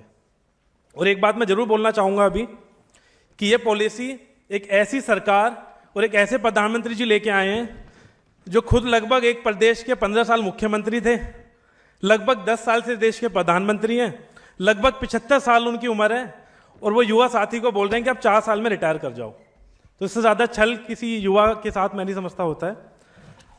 अब मैं आप साथियों से भी अपील करूंगा कि अपनी बात 1 मिनट के अंदर रखें, और साथ के साथ अपने बारे में भी बताएं, अपनी जर्नी के बारे में बताएं, आप किस परिवार से बिलोंग करते हो, आप क्या करते हो। तो मैं नाम लेने शुरू करूंगा और 1 मिनट के अंदर आप अपना सवाल करें। पहला नाम है पंकज कुमार गया। मैं पंकज कुमार गया बिहार के रहने वाला हूं, और मैं अम्बेडकर जाति, अति पिछड़ा जाति से बिलोंग करता हूं। सर, मैं अपना समाज में, अम्बेडकर समाज में, मैं फर्स्ट बार आर्मी को भर्ती देखा था, जिसने 3 से 4 साल हमने प्रैक्टिस किया, तो लास्ट एज में मेरा आर्मी का मेरा पूरा प्रक्रिया हमने पास कर ली। तो सर, पूरा प्रक्रिया हमने पास कर ली, तो सरकार ने मेरी भर्ती को पूरा रद्द कर दी। मेरी भर्ती को पूरा रद्द कर दी। तो पढ़ाई लिखाई के लिए तो सर पैसा की भी ज़रूरत होती है, तो हमने माँ का भी गहना गिरवी रखा, खेत भी इजारा धरा सर। तो बहुत स्थिति बहुत दयनीय हो गई सर, और ऊपर से मेरा भर्ती भी कैंसिल हो गया। और इसका मैं बहिष्कार किया, रोड पे बहिष्कार इसको किया, तो मेरे ऊपर मुकदमे लगे जिसमें 12 धारा मेरे ऊपर लगे। और जब 12 धारा लगे तो हमें जेल में बंद कर दिया 3 महीना के लिए। हम 3 महीने जेल में रहे। उसके बाद सर बाहर आए तो अब कुछ ओवर एज भी हो गया, हम अब कुछ करने लायक भी नहीं है। अब सरकार ने तो बोल दी भी है कि जिसको ऊपर अग्निवीर के मुकदमे होंगे वो जॉब में नहीं जा सकते। तो सर मैं जाऊं कहाँ, मैं क्या करूं? और सर मेरे पास पैसा भी नहीं था दिल्ली आने के लिए। मेरे घर में 3 kg चना था, वो चना बेच के आया जिसमें 90 रुपया मेरे पास था। करूं तो क्या करें सर? तो मैं आपको, हमारे मैनिफेस्टो में हम एक नई योजना लाए हैं जी सर। शायद वो आप जैसे युवाओं के लिए ही डिजाइन्ड है। उसको हम कहते हैं पहली नौकरी पक्की। मनरेगा में रोजगार का अधिकार मिलता है, मजदूरी का अधिकार, मजदूरी करने के लिए सरकार अधिकार देती है। अब हम पहली नौकरी का अधिकार हिंदुस्तान के युवाओं को देने जा रहे हैं। तो कैसे होगा?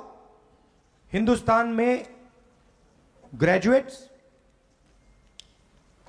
कॉलेज यूनिवर्सिटी वाले, डिप्लोमा होल्डर्स को यह अधिकार मिलेगा।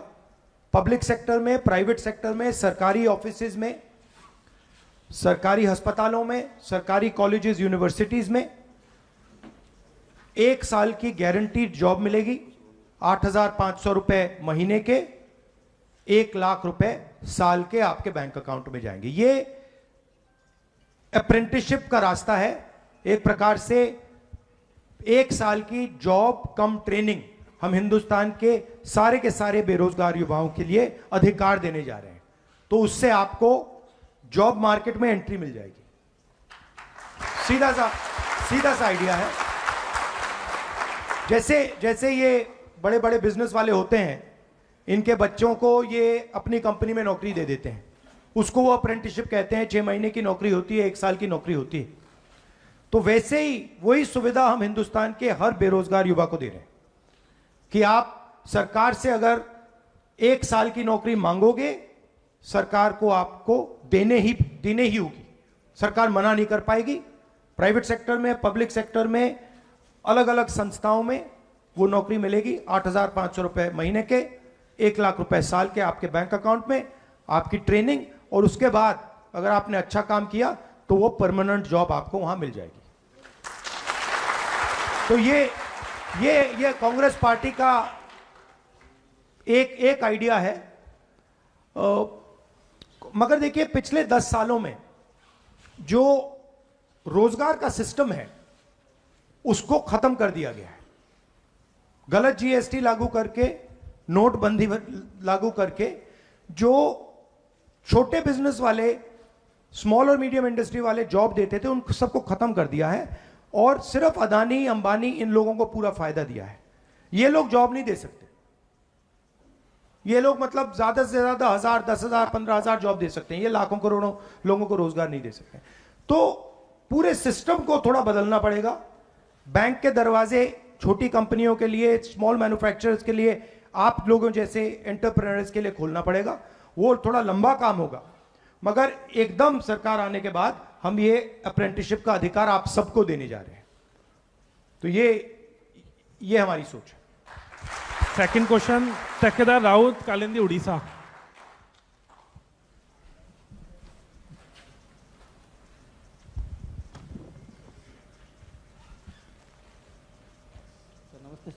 नमस्कार। थोड़ा जोर से बोलो भैया। यहां आ जाओ, ऐसे करो, यहां आ जाओ, यहां आ जाओ, यहां आ जाओ, यहां आ जाओ।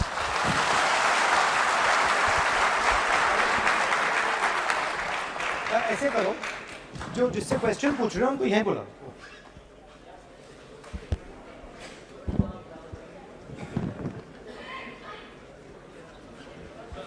नमस्कार ब्रदर, कैसे हो? सर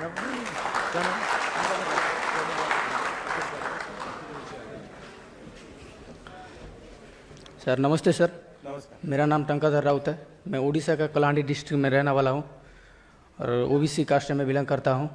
मेरा क्वेश्चन तो 2 क्वेश्चन है, लेकिन पहला भाई ने पूछ लिया। मैं भी 1.5 लाख की वजह से हूँ, जो कि पेंडिंग आर में भर्ती से कैंसिल हो गया, और वो तो पूछ लिया, आंसर में मैं पा गया मैं। लेकिन सेकंड क्वेश्चन ये है कि जब भी वैकेंसी आती है तो जो रिजर्वेशन जो रहती है, तो गवर्नमेंट ने जानबूझ के वो वैकेंसी कम कर रही है, इसलिए कि रिजर्वेशन ना दे। तो इस बारे में मैं आपके कुछ जानना चाहता हूँ सर। जब आपकी सरकार आएगी तो इस बारे में आप काम करें या नहीं, ये मैं पूछना चाहता हूँ। तो शुरुआत में मैंने कहा कि जो 90% आबादी वाले लोग हैं, दलित, आदिवासी, पिछड़े लोग, उनको यही नहीं मालूम कि उनकी आबादी कितनी है। और अगर आप उनसे पूछो कि भैया आपके लोग मीडिया में कितने हैं, कॉर्पोरेट इंडिया में कितने हैं, अलग अलग कंपनियों में कितने हैं, उनको मालूम ही नहीं। तो आपको अपनी भागीदारी के बारे में मालूम ही नहीं कि हिंदुस्तान का धन जो है उसका कितना भाग आपके हाथ में, आपको मालूम नहीं। अगर मैं आपसे पूछूं कि ओबीसी वर्ग के पास हिंदुस्तान का कितना धन है, आप बता सकते हो? नहीं सर, नहीं बता सकते सर। ये मैं आपने बोल दिया कि भैया तकरीबन 50% आबादी है, मगर भागीदारी कितनी है कोई नहीं बता सकता। तो हम जाति जनगणना करने जा रहे हैं। जाति जनगणना मतलब इनको पता लग जाएगा कि ओबीसी वर्ग के प्रेस में इतने लोग हैं, कॉर्पोरेट इंडिया में इतने लोग हैं, जुडिशरी में इतने हैं, आर्मी में इतने हैं, हमारी भागीदारी कितनी है वो भी पता लग जाएगा, और हमारे लोग कहां बैठे हैं, कितने बैठे, वो भी पता लग जाएगा। मतलब दूध का दूध, पानी का पानी हो जाएगा। आजकल क्या हो रहा है, आजकल आपका बेवकूफ बनाया जा रहा है। आपको बड़ी बड़ी लंबी बातें बोली जाती हैं, मगर जो मेन इशू है, हिंदुस्तान का धन कितना है, कहां है, किसके हाथ में है, यह मेन सवाल है। जब आप अग्निवीर की बात कर रहे हो, आप यही तो कह रहे हो ना, जितना हमें धन पहले मिलना चाहिए था वो उतना नहीं मिल रहा। वही तो कह रहे हो ना, वही कह रहे हो कि भाई पेंशन नहीं मिल रही, कैंटीन नहीं मिल रही, शहीद का दर्जा नहीं मिल रही। आप अंत में बात पैसे की होती है। जब आप रिजर्वेशन की बात कर रहे हो, आप पैसे की बात कर रहे हो। भैया देखो, उसको नौकरी मिल गई, हमें नौकरी नहीं मिली, उसे पैसा मिल रहा, हमें पैसा नहीं मिल रहा। तो जाति जनगणना से पूरे देश को पता लग जाएगा कि हिंदुस्तान का धन कहां है, किसके हाथ में है, पिछड़ों के हाथ में कितना, दलितों के हाथ में कितना, गरीब जनरल कास्ट के हाथ में कितना, महिलाओं के हाथ में कितना, पूरा साफ हो जाएगा सबके सामने। उसके बाद न्यू पॉलिटिक्स शुरू होगी। उसके बाद ये स्टेज पे ऐसे कभी नहीं खड़े होंगे। अभी ये कह रहे हैं भैया मुझे नहीं मालूम, कब कहेंगे भैया मेरे 50% लोग हैं, मेरे 2% धन है, मुझे 50% धन चाहिए। सीधी सी बात होगी। तो ये हमारी सोच है। जाति जनगणना पहला कदम है, और ये सिर्फ जाति जनगणना नहीं होगा, ये इकोनॉमिक सर्वे होगा। मतलब हिंदुस्तान में धन जो है वो किसके हाथ में है, और हर संस्था का सर्वे होगा। देखिए मैं आपको सीधा बता देता हूं, 90 अफसर हैं दिल्ली सरकार को चलाते हैं। 6 रुपए 10 पैसे 100 रुपए में से ओबीसी, दलित, आदिवासी निर्णय ले रहे हैं। क्यों? इनको कोने में कैसे बैठा रखा है, बताइए कैसे? इनमें कोई कमी तो नहीं है ना, आप में कोई कमी तो नहीं है ना, कोई कमी नहीं है। तो अगर कमी नहीं है तो ये आगे क्यों नहीं बढ़ रहे हैं? हाँ, ताकत पता नहीं है। और एक और ACR, एनुअल कॉन्फिडेंशियल रिपोर्ट, जिससे इनकी हत्या होती है। ACR जानते हो क्या होता है? ये देखो कैसे पॉलिटिकल लोग हो आप। बाबरिया जी, ACR क्या होता है? कॉन्फिडेंशियल रिपोर्ट होता है। जैसे मैं राहुल जी के साथ काम करता हूँ, 1 साल के बाद राहुल जी देखते हैं कि बाबरिया जी क्या काम कर रहे हैं, मगर वो उसमें कोई बड़ी एक ऑब्जेक्टिव की वजह कोई लाइकिंग डिसलाइकिंग से मेरे ख़त्म कर दिया कि तो बराबर नहीं है, तो ये जो उसका ACR होता है मेरा ख़त्म हो गया, तो मेरा आगे बढ़ने का रास्ता बंद हो जाता है। तो जहाँ तक आपकी सिस्टम का सवाल है, ऑफिसर्स होते हैं, अन्य अपर कास्ट से होते हैं, क्या होते हैं, तो वो लोग आपका रिपोर्ट ख़त्म कर देते हैं, तो आपको प्रमोशंस भी नहीं मिलता है और आपको सही जगह भी नहीं मिलती है। तो ऊपर जो अफसर बैठा होता है, सिंपल सी बात है भाई, ऊपर जो अफसर बैठा होता है उसको ACR का हक मिलता है। ACR मतलब एनुअल कॉन्फिडेंशियल रिपोर्ट। तो जो भी मुझे अच्छा नहीं लगता उसको मैं खत्म कर देता हूं। मैं सीनियर अफसर बैठा हूं, मुझे दलित अच्छे नहीं लगते, खराब ACR दे दी। मुझे OBC अच्छे नहीं लगते, खराब रिपोर्ट दे दी। यही सिस्टम है। तो साउथ अफ्रीका में जो अपार्थाइड का सिस्टम था, सुना आपने? वही चल रहा है हिंदुस्तान में। 10% लोग, 5% लोग ने पूरा सिस्टम पकड़ रखा है, कैप्चर कर रखा है। और वो जो चोट लगी है आपको अग्निवीर की, वो उन्होंने मारी है। आप अग्निवीर आया क्यों? आपको चोट लगी, मुझे बताओ अग्निवीर आया क्यों? हाँ ठीक है, डिफेंस बजट कम नहीं हुआ, सही है, आधा पकड़ा आपने। डिफेंस बजट कम नहीं हुआ, डिफेंस बजट उतना ही चल रहा है। नहीं, अदानी को हथियार देने थे, सीधी सी बात है। डिफेंस बजट है इतना, भैया हमें सेना को देना है, इतना पेंशन को देना है, इतना ट्रेनिंग में देना है, इतना हथियारों के लिए देना है। अदानी को हमने डिफेंस इंडस्ट्री पकड़ानी है, हथियार उसके होंगे, पैसा हमें वहां ज्यादा डालना है, सारे के सारे इजराइल के हथियार अदानी बनाएगा। इसीलिए अगर हम अदानी के लिए पैसा बना रहे हैं तो फिर जवानों के हाथ से लो, अग्निवीर लागू करो। ये हो रहा है। तो सिस्टम को समझना है। पहले राइफल ऑर्डिनेंस फैक्ट्री बनाती थी, पहले एम्यूनिशन ऑर्डिनेंस फैक्ट्री बनाती थी, ड्रोन HAL बनाता था, एयरक्राफ्ट HAL बनाता था। राफेल डील में अनिल अंबानी को दे दिया। अनिल अंबानी ने कभी जहाज नहीं बनाया जिंदगी में, उसको उठा के दे दिया। सारी की सारी राइफल अदानी बना रहा है, सारी के सारे शेल्स कारतूस अदानी बना रहा है, ड्रोन्स अदानी बना रहा है। तो ये हो रहा है।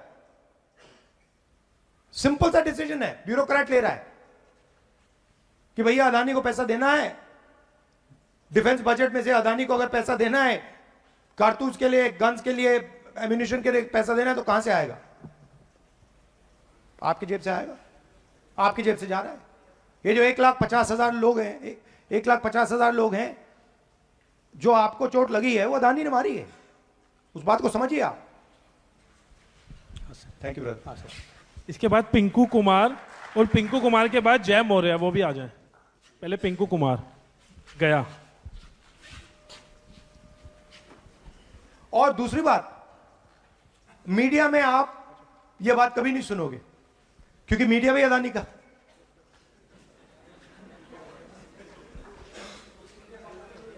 वेस्ट इंडिया कंपनी है, पहले ईस्ट इंडिया थी, अब वेस्ट इंडिया हो गई है। नमस्कार जी, बिहार के हो आप?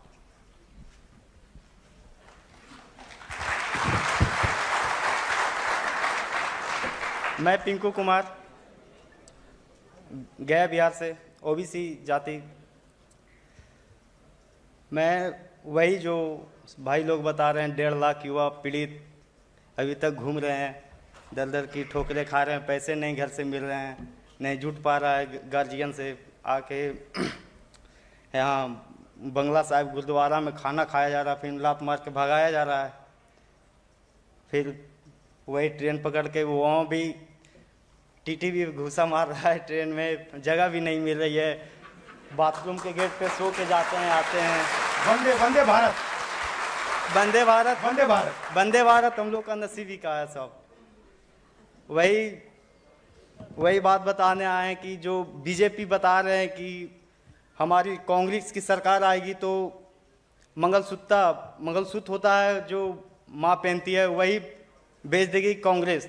तो हमने सोचा कि हमारा जो खाया है पैसा, जो 1.5 लाख युवा का जो हम लोग गिरवी रख के पैसा पढ़ाई कर रहे थे, संस्था में दिए, माँ का गहना बेचे और खेत का गिरवी भी धर दिए हैं सर, और उसका भी संस्था में पैसा जो अति भी कर दिए हैं। अभी तक गहना भी नहीं छूट पाया, नहीं अति भी छूट पाया है।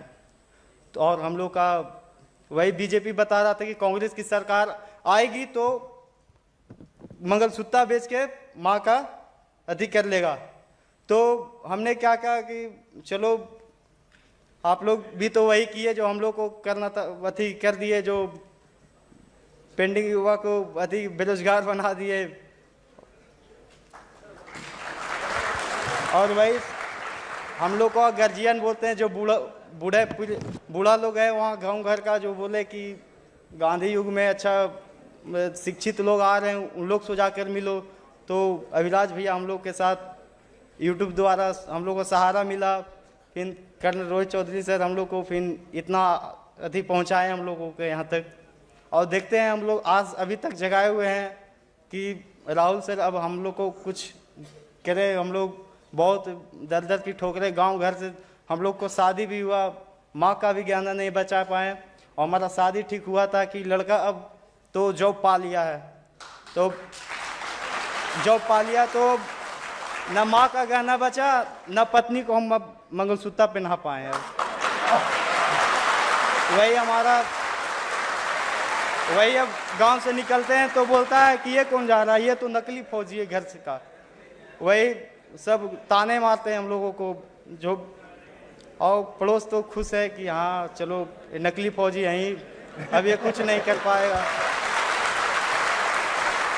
अब शादी भी नहीं हो रही है, जो लाते थे कि चलो ये लड़का फौजी बन गया, अब वो भी नहीं ला रहा है कि अब तो ये नहीं बेरोजगार हुआ है, अब वो भी नहीं आ रहा है कि हाँ ये लड़का का शादी होगा कि नहीं होगा, वो भी खत्म हो गया है। ये जो आपसे यही है कि हमारा ये भर्ती पूरा करवा दें आप लोग से, यही नहीं। हम तो पूरी कोशिश करेंगे कि कोई ना कोई कॉम्पनसेशन 1,50,000 युवाओं को कोई ना कोई कॉम्पनसेशन तो हम देंगे। आखिरी बात, ये जो बोल रहे हैं मोदी जी बोल रहे हैं, हमारी महालक्ष्मी योजना है, पता नहीं आपने सुनी है नहीं सुनी है? सुनी है। पहली बार दुनिया की कोई भी सरकार महिलाओं के बैंक अकाउंट में सीधा पैसा डालने जा रही है, और 10-15 हज़ार रुपए नहीं, 10-15 हज़ार रुपए नहीं, 1 लाख रुपए साल के हिंदुस्तान की सबसे गरीब महिलाओं के बैंक अकाउंट में डाल रहे हैं। 8,500 रुपए महीने के, 1 लाख रुपए साल के गरीब परिवारों के बैंक अकाउंट में, महिलाओं के बैंक अकाउंट में हम डाल रहे हैं। तो मोदी जी को थोड़ी घबराहट है, इसलिए ये उल्टी सीधी बात बोल रहे हैं सर। तो हम मगर पूरी मदद करेंगे भैया, पूरी कोशिश।